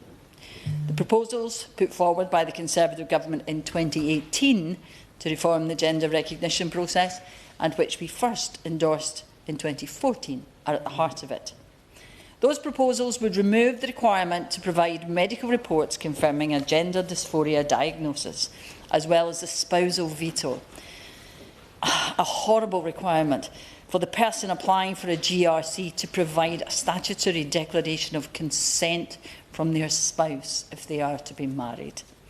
Applicants would still have to prove that they have lived in their affirmed gender for at least 2 years and make a legal declaration that they intend to live permanently in that gender for the rest of their life. Put simply, self-ID. It would be clearer, simpler and less intrusive. But for me, that's just the paperwork. It's not really what this is about. Because I think more than anything else, that's what I learned over the past year, listening to various groups, hearing their views on what was needed to protect the trans community and the LGBTQ community in general in this country. It's about valuing people. It's about recognising their worth, their human rights, their right to live a life free of victimisation, discrimination, fear or anxiety. As the Honourable Member for South Cotswold said, this is not about an abstract debate, but about real lives, real people, which is where I begin to struggle with a lot of the things that have been said over the past 3 years, because this is about people who at the moment are living in distress, distress caused by the uncertainty created by the Supreme Court ruling and the EHRC interim guidance. For so many of them, it has meant that the lives that they have led, in some cases for decades, quite straightforwardly, quite simply, quite happily, recognised by their peers, has been thrown into doubt. And suddenly in this country, it seems that rather than making progress in protecting people's rights, we are regressing. We've had that toxic debate, 3 years of it in Scotland, much longer, I suppose, in some places. But we've had 3 years of pitting one vulnerable group against another.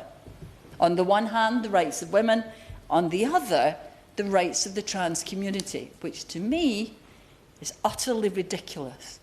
To pit two vulnerable groups against each other, who are both afraid and continually victims of discrimination and violence, completely losing sight of the damage that we are doing to both groups. I completely understand and sympathise with the arguments put forward by those who feared that women could be vulnerable to attack in certain circumstances and in single-sex spaces unless we protect them. Of course we should protect them, but that's not anything to do with the rights of the trans community. They are not the problem. And their rights should not be impacted by the rights of women. One person's rights should never be contingent on another's.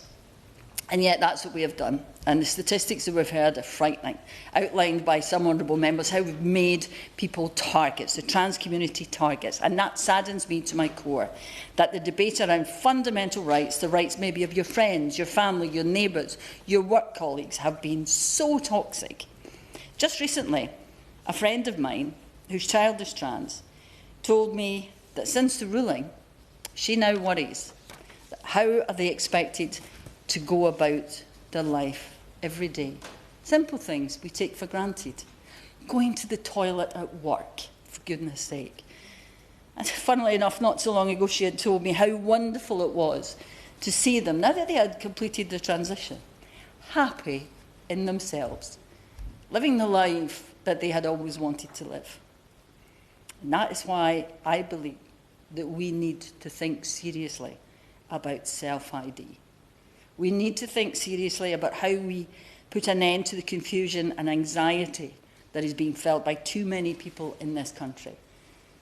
Just think for a moment if we'd been talking about your child, your brother, sister, friend. Yes, there are questions that we have to overcome about prisons, about single-sex spaces.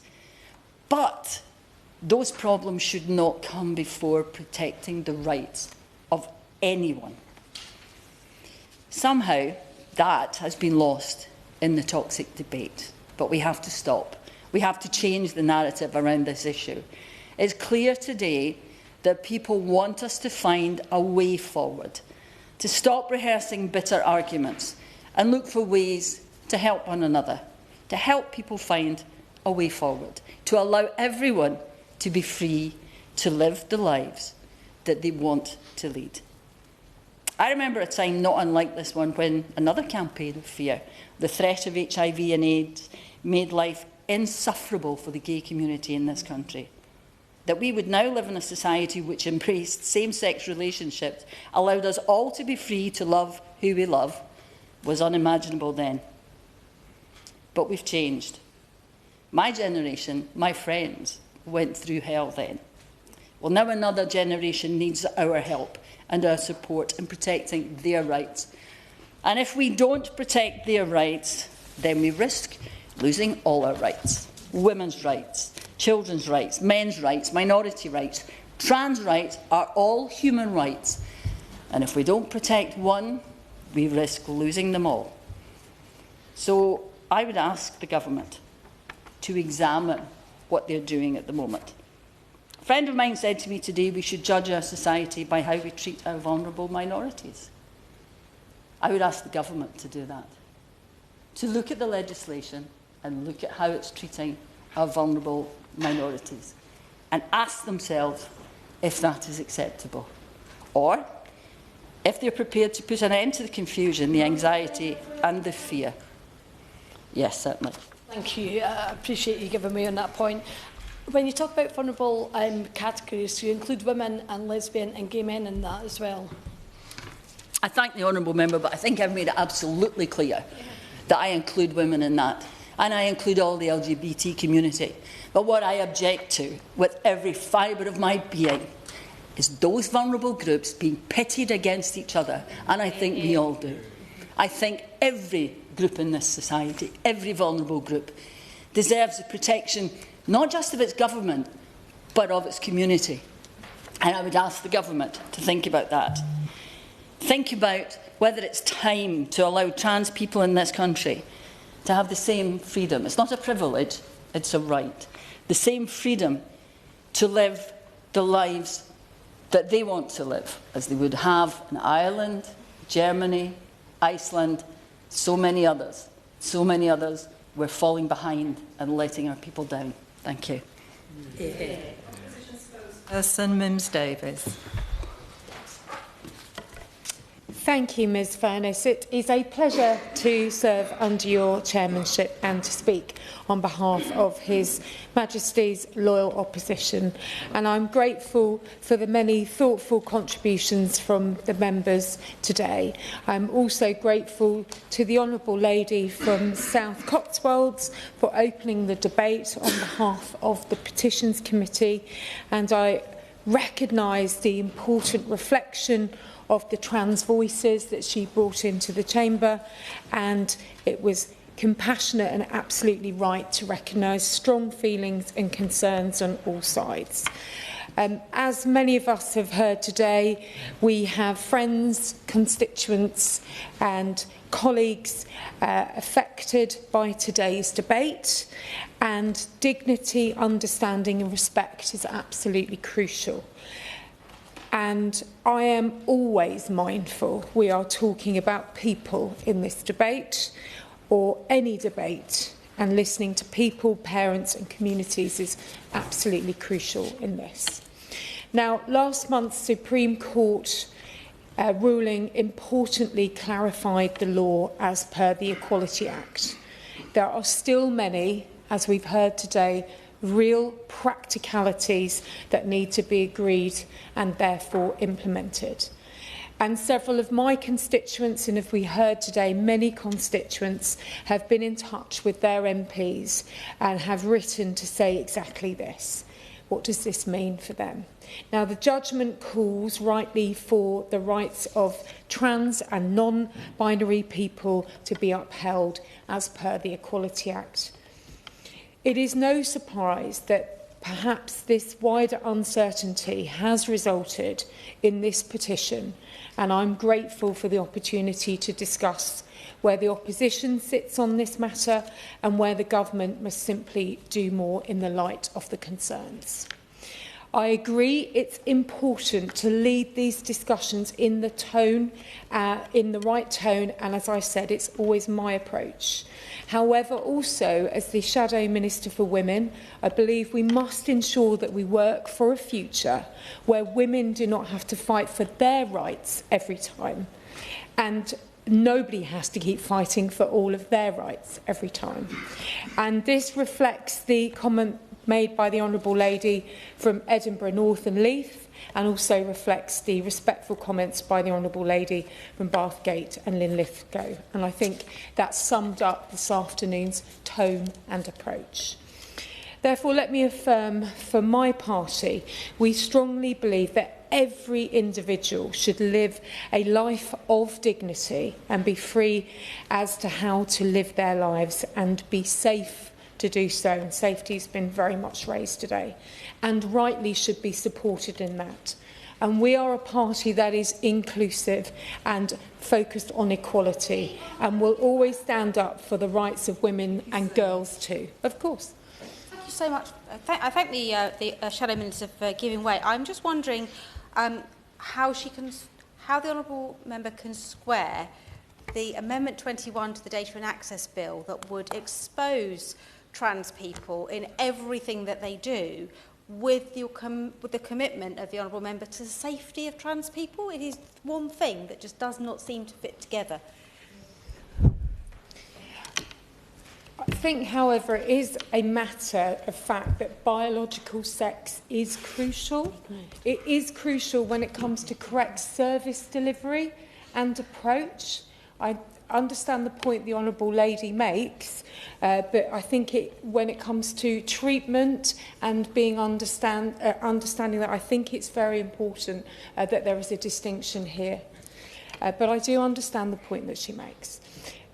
If we consider single-sex spaces, such as refuges, and we've heard this today, also NHS provision and, as inferred, screening programmes, for instance, the protection and privacy, and there's a balance that the Honourable Lady has just made here, of people, also indeed of women and girls, is paramount. And that does need to be balanced by the needs of others. So third spaces or understanding is important. And as I said today, practicality is important. We have heard many members today say this is not a zero-sum game for anybody, whether it is women and girls and their safe spaces.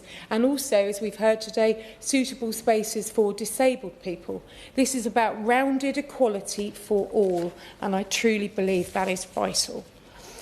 Now, we know that the Labour government has not always agreed with necessarily the judgment of the recent case, and of course it was Scottish Labour that backed the SNP's self-ID plans in Holyrood, as discussed tonight, today rather, or is tonight, which were of course challenged in the Supreme Court and shown to be, as written, incompatible with the Equality Act. So some people still have, of course, very strong views. We've heard them again today around self-ID, and I do roundly recognise this. But for those concerned at the gender recognition certificate process, I do highlight that this was already reformed by listening rightly to feedback. The then government agreed with the GRC process as it created, hopefully, a balance between significant and checks and balances within the system. But as we've heard today, people take different stances. But if people have reflected in the Chamber today, it is now for the government in place now to find a way to clarify, in the light of this ongoing debate and the Supreme Court judgment, how it tends to implement its manifesto commitment in modernising and simplifying the GRC process without compromising the rights of women and girls. And these buzzwords do signify an intent of change. And as we have heard today, what people living this right now want to know is what the detail.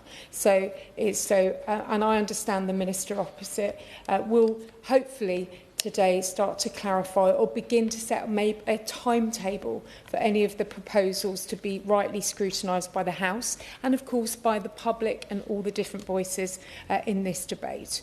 And it is crucial because there is public concern by some that the government may be introducing a self-ID by the back door. Not deliberately, but perhaps through processes that some may see as carelessness, as discussed today, and some people may see as suitable. Now, on one specific point, it is a concern, and it's been heard that frontbench ministers from the government have admitted that the Passport Office doesn't accurately record sex. Now, the passport is one of the most recognised and commonly used government-issued IDs with a sex marker. Can the Minister opposite help as to why the government has not seek to take action to remedy this situation, as it is clear that it does leave a potential route for self-ID, creating uncertainty, as we've heard today, for service providers who are trying to comply with the law under the Equality Act, but equally we're... Let me just finish this sentence. But today we're talking about clarity, and this is what clarity is needed for all concerned, of course. The Shadow Minister is making the case that biological sex is incredibly important, she says, for things like medical procedures, absolutely. I'm not sure how she thinks that the marker on your passport has any relationship. If, as has been argued, biological sex is immutable and cannot be changed, then surely it doesn't matter what it says on your passport or on your driving licence or on your birth certificate even, because there is some magical way of ascertaining people's biological sex that nobody's yet told me, unless it's a DNA test. Why does the biological sex matter on a passport if it is, as she says, or as a number of people have said, immutable and can't be changed anyway? Well, the previous government commissioned Professor Alice Sullivan to ensure that data collection was consistent across government when it came to sex and gender. And as I was saying earlier, it would be good to know how the government will set out a timeline in terms of implementing the Sullivan review in terms of the recommendations fully. Now, I understand the point she's making and other members opposite, but I think it's really important for people to understand in terms of data collection at this point. I'll let the Honourable Lady come in. Thank you very much. I thank the Honourable Member for giving me, but I find it confusing and incomprehensible. Why does the government need that data? Why do we need that data? Is there not a danger that it also gets into the hands of the wrong people and there's a breach of privacy? But I just don't understand why we need it. Medical records, yes, but the government? Well, perhaps she can put that to the government minister about the Sullivan review and we'll get some clarity on that. Additionally, the government should be issuing schools guidelines at pace to see consistency, and that's exactly what we've just been talking about, and understanding across the education landscape. Now, teachers and head teachers need to have the confidence that they will not be open to challenge, and that self-ID does not operate in the school system, and that parents are involved at every stage of their youngsters' education. So I do look forward to the response to the Minister on the matters raised, not just by me, but members across the Chamber and, of course, in the petition.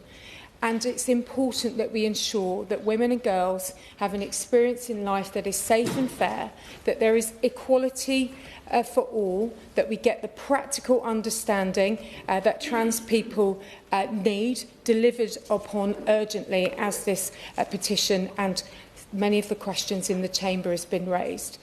As we've heard today, this should not be a zero-sum game, that there should be no failings in duties, that people should be able to deliver on this judgment, but it should be ultimately reassuring for all to be able to thrive in their lives respectfully, positively, with good guidance and good support. Thank you. Government Minister. Thank you, Ms Furness. It is a pleasure to serve under your chairship and to respond to this debate today, which has been held with tremendous respect for the issues and also for each other and for trans people and for the issues that we face in navigating through, particularly after the Supreme Court ruling. And I want to thank the Honourable Member for South Cotswolds for the way in which she opened the debate and the extremely powerful speech that was made, and the importance indeed of bringing the voices of the trans community into these debates. And I also will also want to mention that I'm speaking on behalf of the Honourable Member for Llanelli, who is unable to be in the House due to making a visit abroad. And I will be discussing with her the debate and the issues that have been raised today, and I'm sure that on some of these matters she will also update the House in due course. But I also want to join in thanking all of those who have signed the petition, and indeed all honourable members who have taken part in the debate today. I am proud to be a member of the party which introduced the Equality Act in 2010, and it's a piece of legislation I know that has been referred to by many colleagues in the debate, and it is indeed a world-leading piece of legislation that reflected our commitment to ensuring that every member of our society was treated with dignity and respect and afforded the same basic rights as each other. Our commitment to those principles remains resolute, and I am sure that all participating in the debate today can agree that these are at the very heart of what we want our society to represent. I want to repeat one phrase that for me really stood out in this debate, which is that everyone has a right to be themselves. And it is important that we keep in our minds those who are feeling very insecure, as has been talked about today. And whilst I may not be able to cover all of the points, I will be doing my best to do so. And I also want to assure that the comments are on record and have been heard by the government. Now, as the Honourable Member for Cannock Chase also mentioned, the government has a very strong history of promoting LGBT plus rights, from the decriminalisation of homosexuality under Harold Wilson's government in 1967, through the repeal of Section 28 and onto the introduction of civil partnerships in the early 2000s. We have consistently led the way in advocating for legal equality and social progress for LGBT plus people.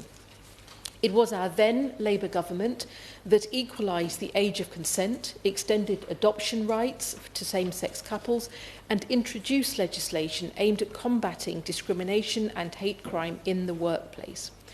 We laid the crucial groundwork for marriage equality and elevated LGBT plus issues to the forefront of public and political discourse, a legacy that I know that Parliament, as well as our colleagues on this House, will take great pride in.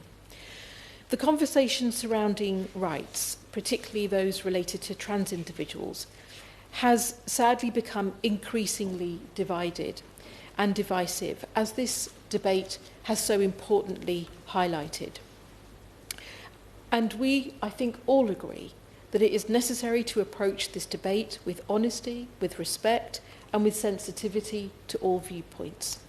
It is in a similar vein that Lord Hodge, when delivering the Supreme Court judgment that sex means biological sex for the purposes of the Equality Act 2010, underscored the importance of not viewing the judgment as a triumph of one or more groups in our society at the expense of another.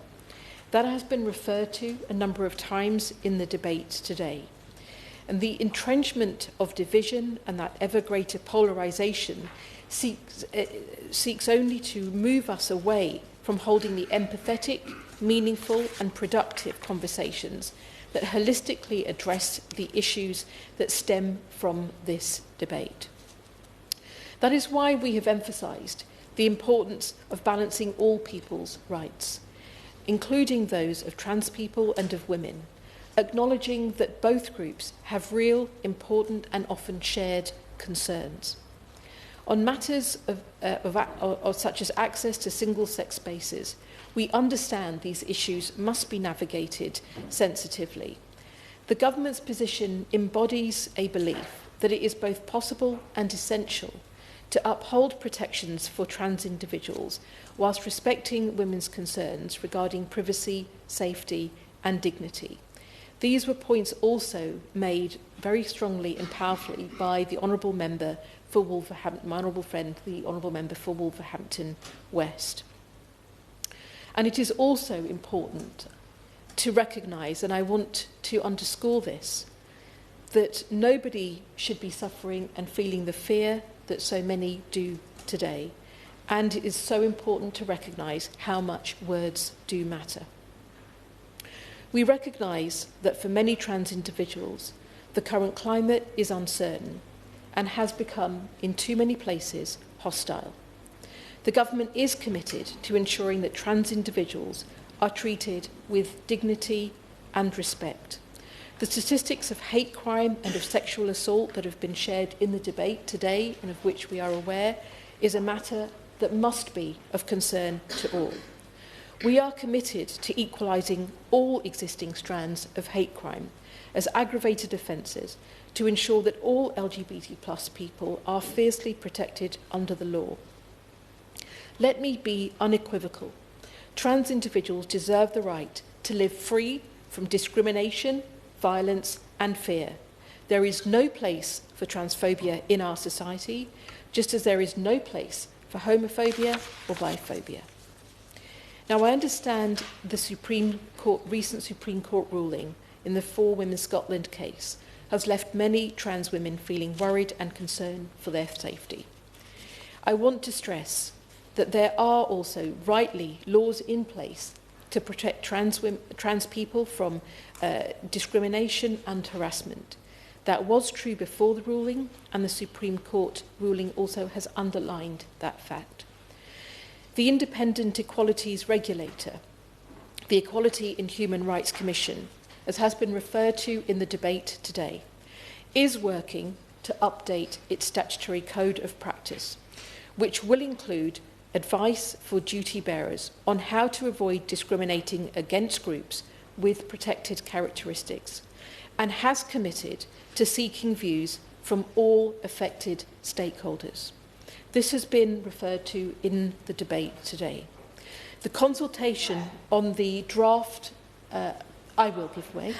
Does the Minister agree that 6 weeks is a very short amount of time for that consultation to be running? Initially it was 2 weeks. Wouldn't 12 weeks, as has been done for various different pieces of consultation that's been undertaken by the organisation, fit better with the big issues that we're talking about today? I thank my honourable friend for her intervention, and she will be aware that the consultation on the draft updated code opened today. What I will say is I recognise the consensus that 2 weeks was too short, and that people have already been contributing their views. And that the agreement that has been reached with the Secretary of State for a 6-week period, I hope now will be a longer period in which those that have already been putting together their views and sharing them will be a period in which they can take forward that consultation. There will be extensive consultation with stakeholders, and that everybody, including parliamentarians, will have the opportunity to contribute to that consultation. And we welcome the EHRC's commitment to ensure that diverse voices are included and will be listened to. It is important to also recognise that the final draft of the updated code will be laid in Parliament and will be subject to scrutiny and consideration by both houses in due course. Laws also remain in place to protect trans people. I will give way very briefly. Thank you for giving way. Perhaps it's my ignorance, but can you explain the timeline in a bit more detail? When can we expect this to come to Parliament? And when do we expect the formal guidance to be agreed and issued? Thank you. I thank my honourable friend for his contribution. Indeed, some of this also does depend on the EHRC's work and the time it takes to then respond to the consultation, which I know that we will all want them to do effectively. And it is a matter on which I'm sure that my honourable friend who is unable to be here today will be able to update the House in due course. But he will understand that on the one hand we're saying it needs to be longer, on the other hand we want to see that there is clarity. I think what is important is that it is a consultation in which all voices can be heard, and I think he will also appreciate the assurance that the updated code will be laid in Parliament and will be there for scrutiny and consideration by both houses, which will also be an important part of this process. I will give way very briefly. Just on that point, I'm wondering, when she encourages her honourable friend to update us with this information about the timelines, could she also encourage her to update us with information on what the scrutiny process will be for that? I may have missed it, but I don't know if it's a negative or affirmative procedure or any of that. If some sort of statement could be made to the House explaining both those things, that would be really helpful for all of us. I thank the honourable member for that contribution, and that is an important consideration, and I will raise this with the relevant minister, who's unable to be here. Indeed, laws also, Ms Furness, also remain in place to protect trans people from discrimination and harassment, as the Supreme Court itself pointed out and as I referenced earlier. And protections for gender reassignment under the Equality Act, it's important to state, have not been affected. I also want to make reference to the fact that the ruling does not impact the way a GRC is issued to legally change a person's legal sex for certain purposes, nor does it change its significance. There has been considerable debate on this, and so I will make some comments on this, but I'm sure members will understand that this will be an ongoing matter for debate. But it is important to recognise, and I think we have heard this in the debate, trans people deserve the right to get married, to have dignity in death, and to access pensions, live their lives in the same way that anyone else does. And indeed, we have said that we will look at gender recognition reform. Our immediate priorities, as has been laid out in the King's speech this time, have been to make sure that we have trans-inclusive ban on conversion practices and strengthening protections from hate crime for trans people and improving their health care. But it is also important to recognise that discussions, of course, continue with trans organisations and the community, and those are discussions that my honourable friend, the Minister and the member for Llanelli, will continue to have. And now, any process that also allows people to change something as fundamental as their legal sex must have appropriate and proportionate checks and balances. I have heard the different views today, but it is important for me to state that the government does not support self-identification. The reason is, and I don't believe this will be new, it is because, as we believe, as we set out in our manifesto, in protecting the robustness of the process and with it legitimate applications, that medical diagnoses of gender dysphoria are important in these processes. What I have also heard, and we all have recognised this, is to recognise the challenges in accessing services under the NHS. And it is important to state that the government is committed to ensuring that trans people receive the health care and support that they need when they are accessing NHS services. There are delays that we all are aware of, and these have been going on for far too long. NHS England has increased the number of adult gender dysphoria clinics in England from 7 to 12. And it is, but it is also important to state that in light of the recommendations from the CAS report, report, NHS England also launched an in-depth review of adult services in August and set out details of that new review led by Dr David Levy. And this review will assess not only the quality, and that is the effectiveness and the safety and patient experience, but also the stability of each service and whether that existing service model is still appropriate for the patients that the services are caring for. I can also confirm that as part of our agenda supporting LGBT plus people, the government will deliver a full trans-inclusive ban on conversion practices, as I have referenced. The government is clear that conversion practices are abuse. They do not work and they can and do inflict deep and lasting harm on victims. That such acts continue to occur in our society, a society largely accepting of LGBT plus people, must be challenged. The previous government failed to act, and this government will not. That is why we have committed in the King's Speech to publishing draft legislation for a full inclusive ban on conversion practices, and we are working hard to draft measures which offer protection from these harmful practices, whilst also respecting the important role that teachers, religious leaders, parents, carers can have in supporting those exploring their sexual orientation or gender identity. So recent years,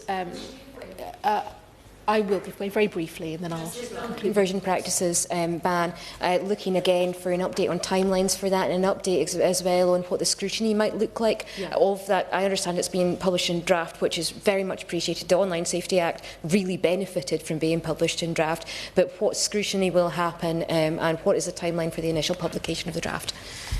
I thank the honourable member for her intervention. She may not be surprised to hear me say that, and indeed I would have I preempted her question. There isn't much I can update her on in that, other than to say it is a priority for my honourable friend, and when it is possible to bring forward an update to the House, she will very much want to be able to do that. But it is a priority and something she is continuing to work on. Indeed, Ms Furness, I spoke about Dr Levy's review very briefly in relation to adult gender services in NHS England, so that all trans people can get the high quality care they deserve. This was also referred to by my honourable friend, the member for Glasgow North. But I also just want to mention that we remain committed as well to implementing the recommendations set out in the CAS report, working with NHS England as they continue to improve children and young people's gender services and ensure that these services provide the right healthcare, safeguarding and support for children and young people. And that means making sure they're based on the best available evidence and expert clinical opinion. In relation to just briefly referencing the Supreme Court judgment again, I do so in the context of recognising that recent years have seen increasing focus on the definition of sex in the Equality Act and access to single-sex spaces. The Supreme Court has given their judgment on this point, and the government has been consistently clear that single-sex spaces must be protected. But we also know that trans people must be protected, and their safety and well-being is a matter for all of us. It is government and Parliament's role to protect all members of society, and I hope that the processes we have going forward, we can now work better together to do just that. I also want to make reference to the rainbow map. A number of honourable members have raised this today, and they are right to do so, because we were ranked first place in 2015. We went down to 22nd place this year. It is a matter of concern. The UK has long championed the rights of LGBT plus people at home and abroad, and we proudly uphold a clear and robust, expansive legal and legislative framework. We are working to advance the rights afforded to LGBT plus people, including bringing forward legislation, as we have spoken about today, in relation to conversion practices and strengthening protections against hate crime. And we recognise there is always more to do. So as we look forward to the future, this government's mission remains constant: to create a fairer, more inclusive society. This entails listening actively rather than imposing viewpoints, and it requires standing up for those who are marginalised, even when those actions prove politically difficult. And this debate has been an important contribution to that. More importantly, it involves remembering that the core principle that equality is not a zero-sum game. It elevates us all. We take pride in our achievements and our values, and we will not let complacency or the intent for division take root. Our commitment is to continue listening, to continue learning, and continue fighting for a society where everyone, regardless of their identity or whom they love, can live with safety, with dignity, and with hope. Thank you. Dr. Savage to wind up. Thank you, Chair, and thank you to all the honourable members who've spoken in support of this petition today with understanding and with empathy. As a Liberal Democrat, one of my foremost values is to create a society in which people are able to lean into their full potential. In the past in this country, we've tried to force left-handed people to be right-handed, gay people to be straight, or otherwise punish people who deviate from the norm for being who they are. Let's not repeat that mistake by putting insuperable obstacles in the way of trans people. Today we've heard some people argue that about the rights of trans people versus the rights of women to have a safe space. This is very complex and in some contexts especially sensitive, but let's keep it in proportion. Trans people are a tiny percentage, and the vast majority of them just want to be able to live their lives peacefully. As already mentioned, being trans is not a lifestyle choice. It is a path that is difficult, onerous, and too often fraught with danger. It is not a mission that people undertake in order to gain access to single-sex spaces of the opposite sex. We as parliamentarians have a duty to get this right. This is literally vital when we hear about the terrible, tragic rates of suicide and mental health issues amongst trans people. And so today I'd like to leave the government with the following questions. What measures will they implement to reduce the current 7-year NHS waiting lists? What will they do to address the shockingly low prosecution rate for hate crimes against trans people? What will they be doing to ensure that tragic cases like Joelle's, who was left waiting a crucial 8 days for cancer treatment, never happen again? And to ensure that there is fairness and clarity for the trans community going forwards. Trans people in the UK are not asking for special treatment. They are simply asking to be seen, to be recognised, to be safe, to be treated with respect and dignity.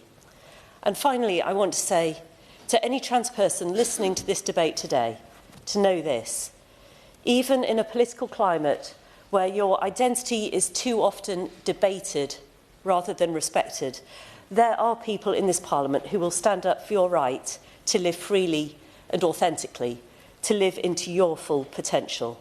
We owe it to you to keep the focus where it belongs, on your humanity. Thank you.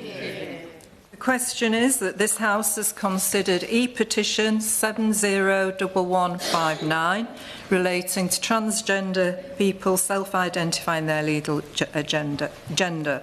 As many as are of that opinion say aye. Aye. Of the contrary, no. I think the ayes have it. Order, order. The sitting stands adjourned.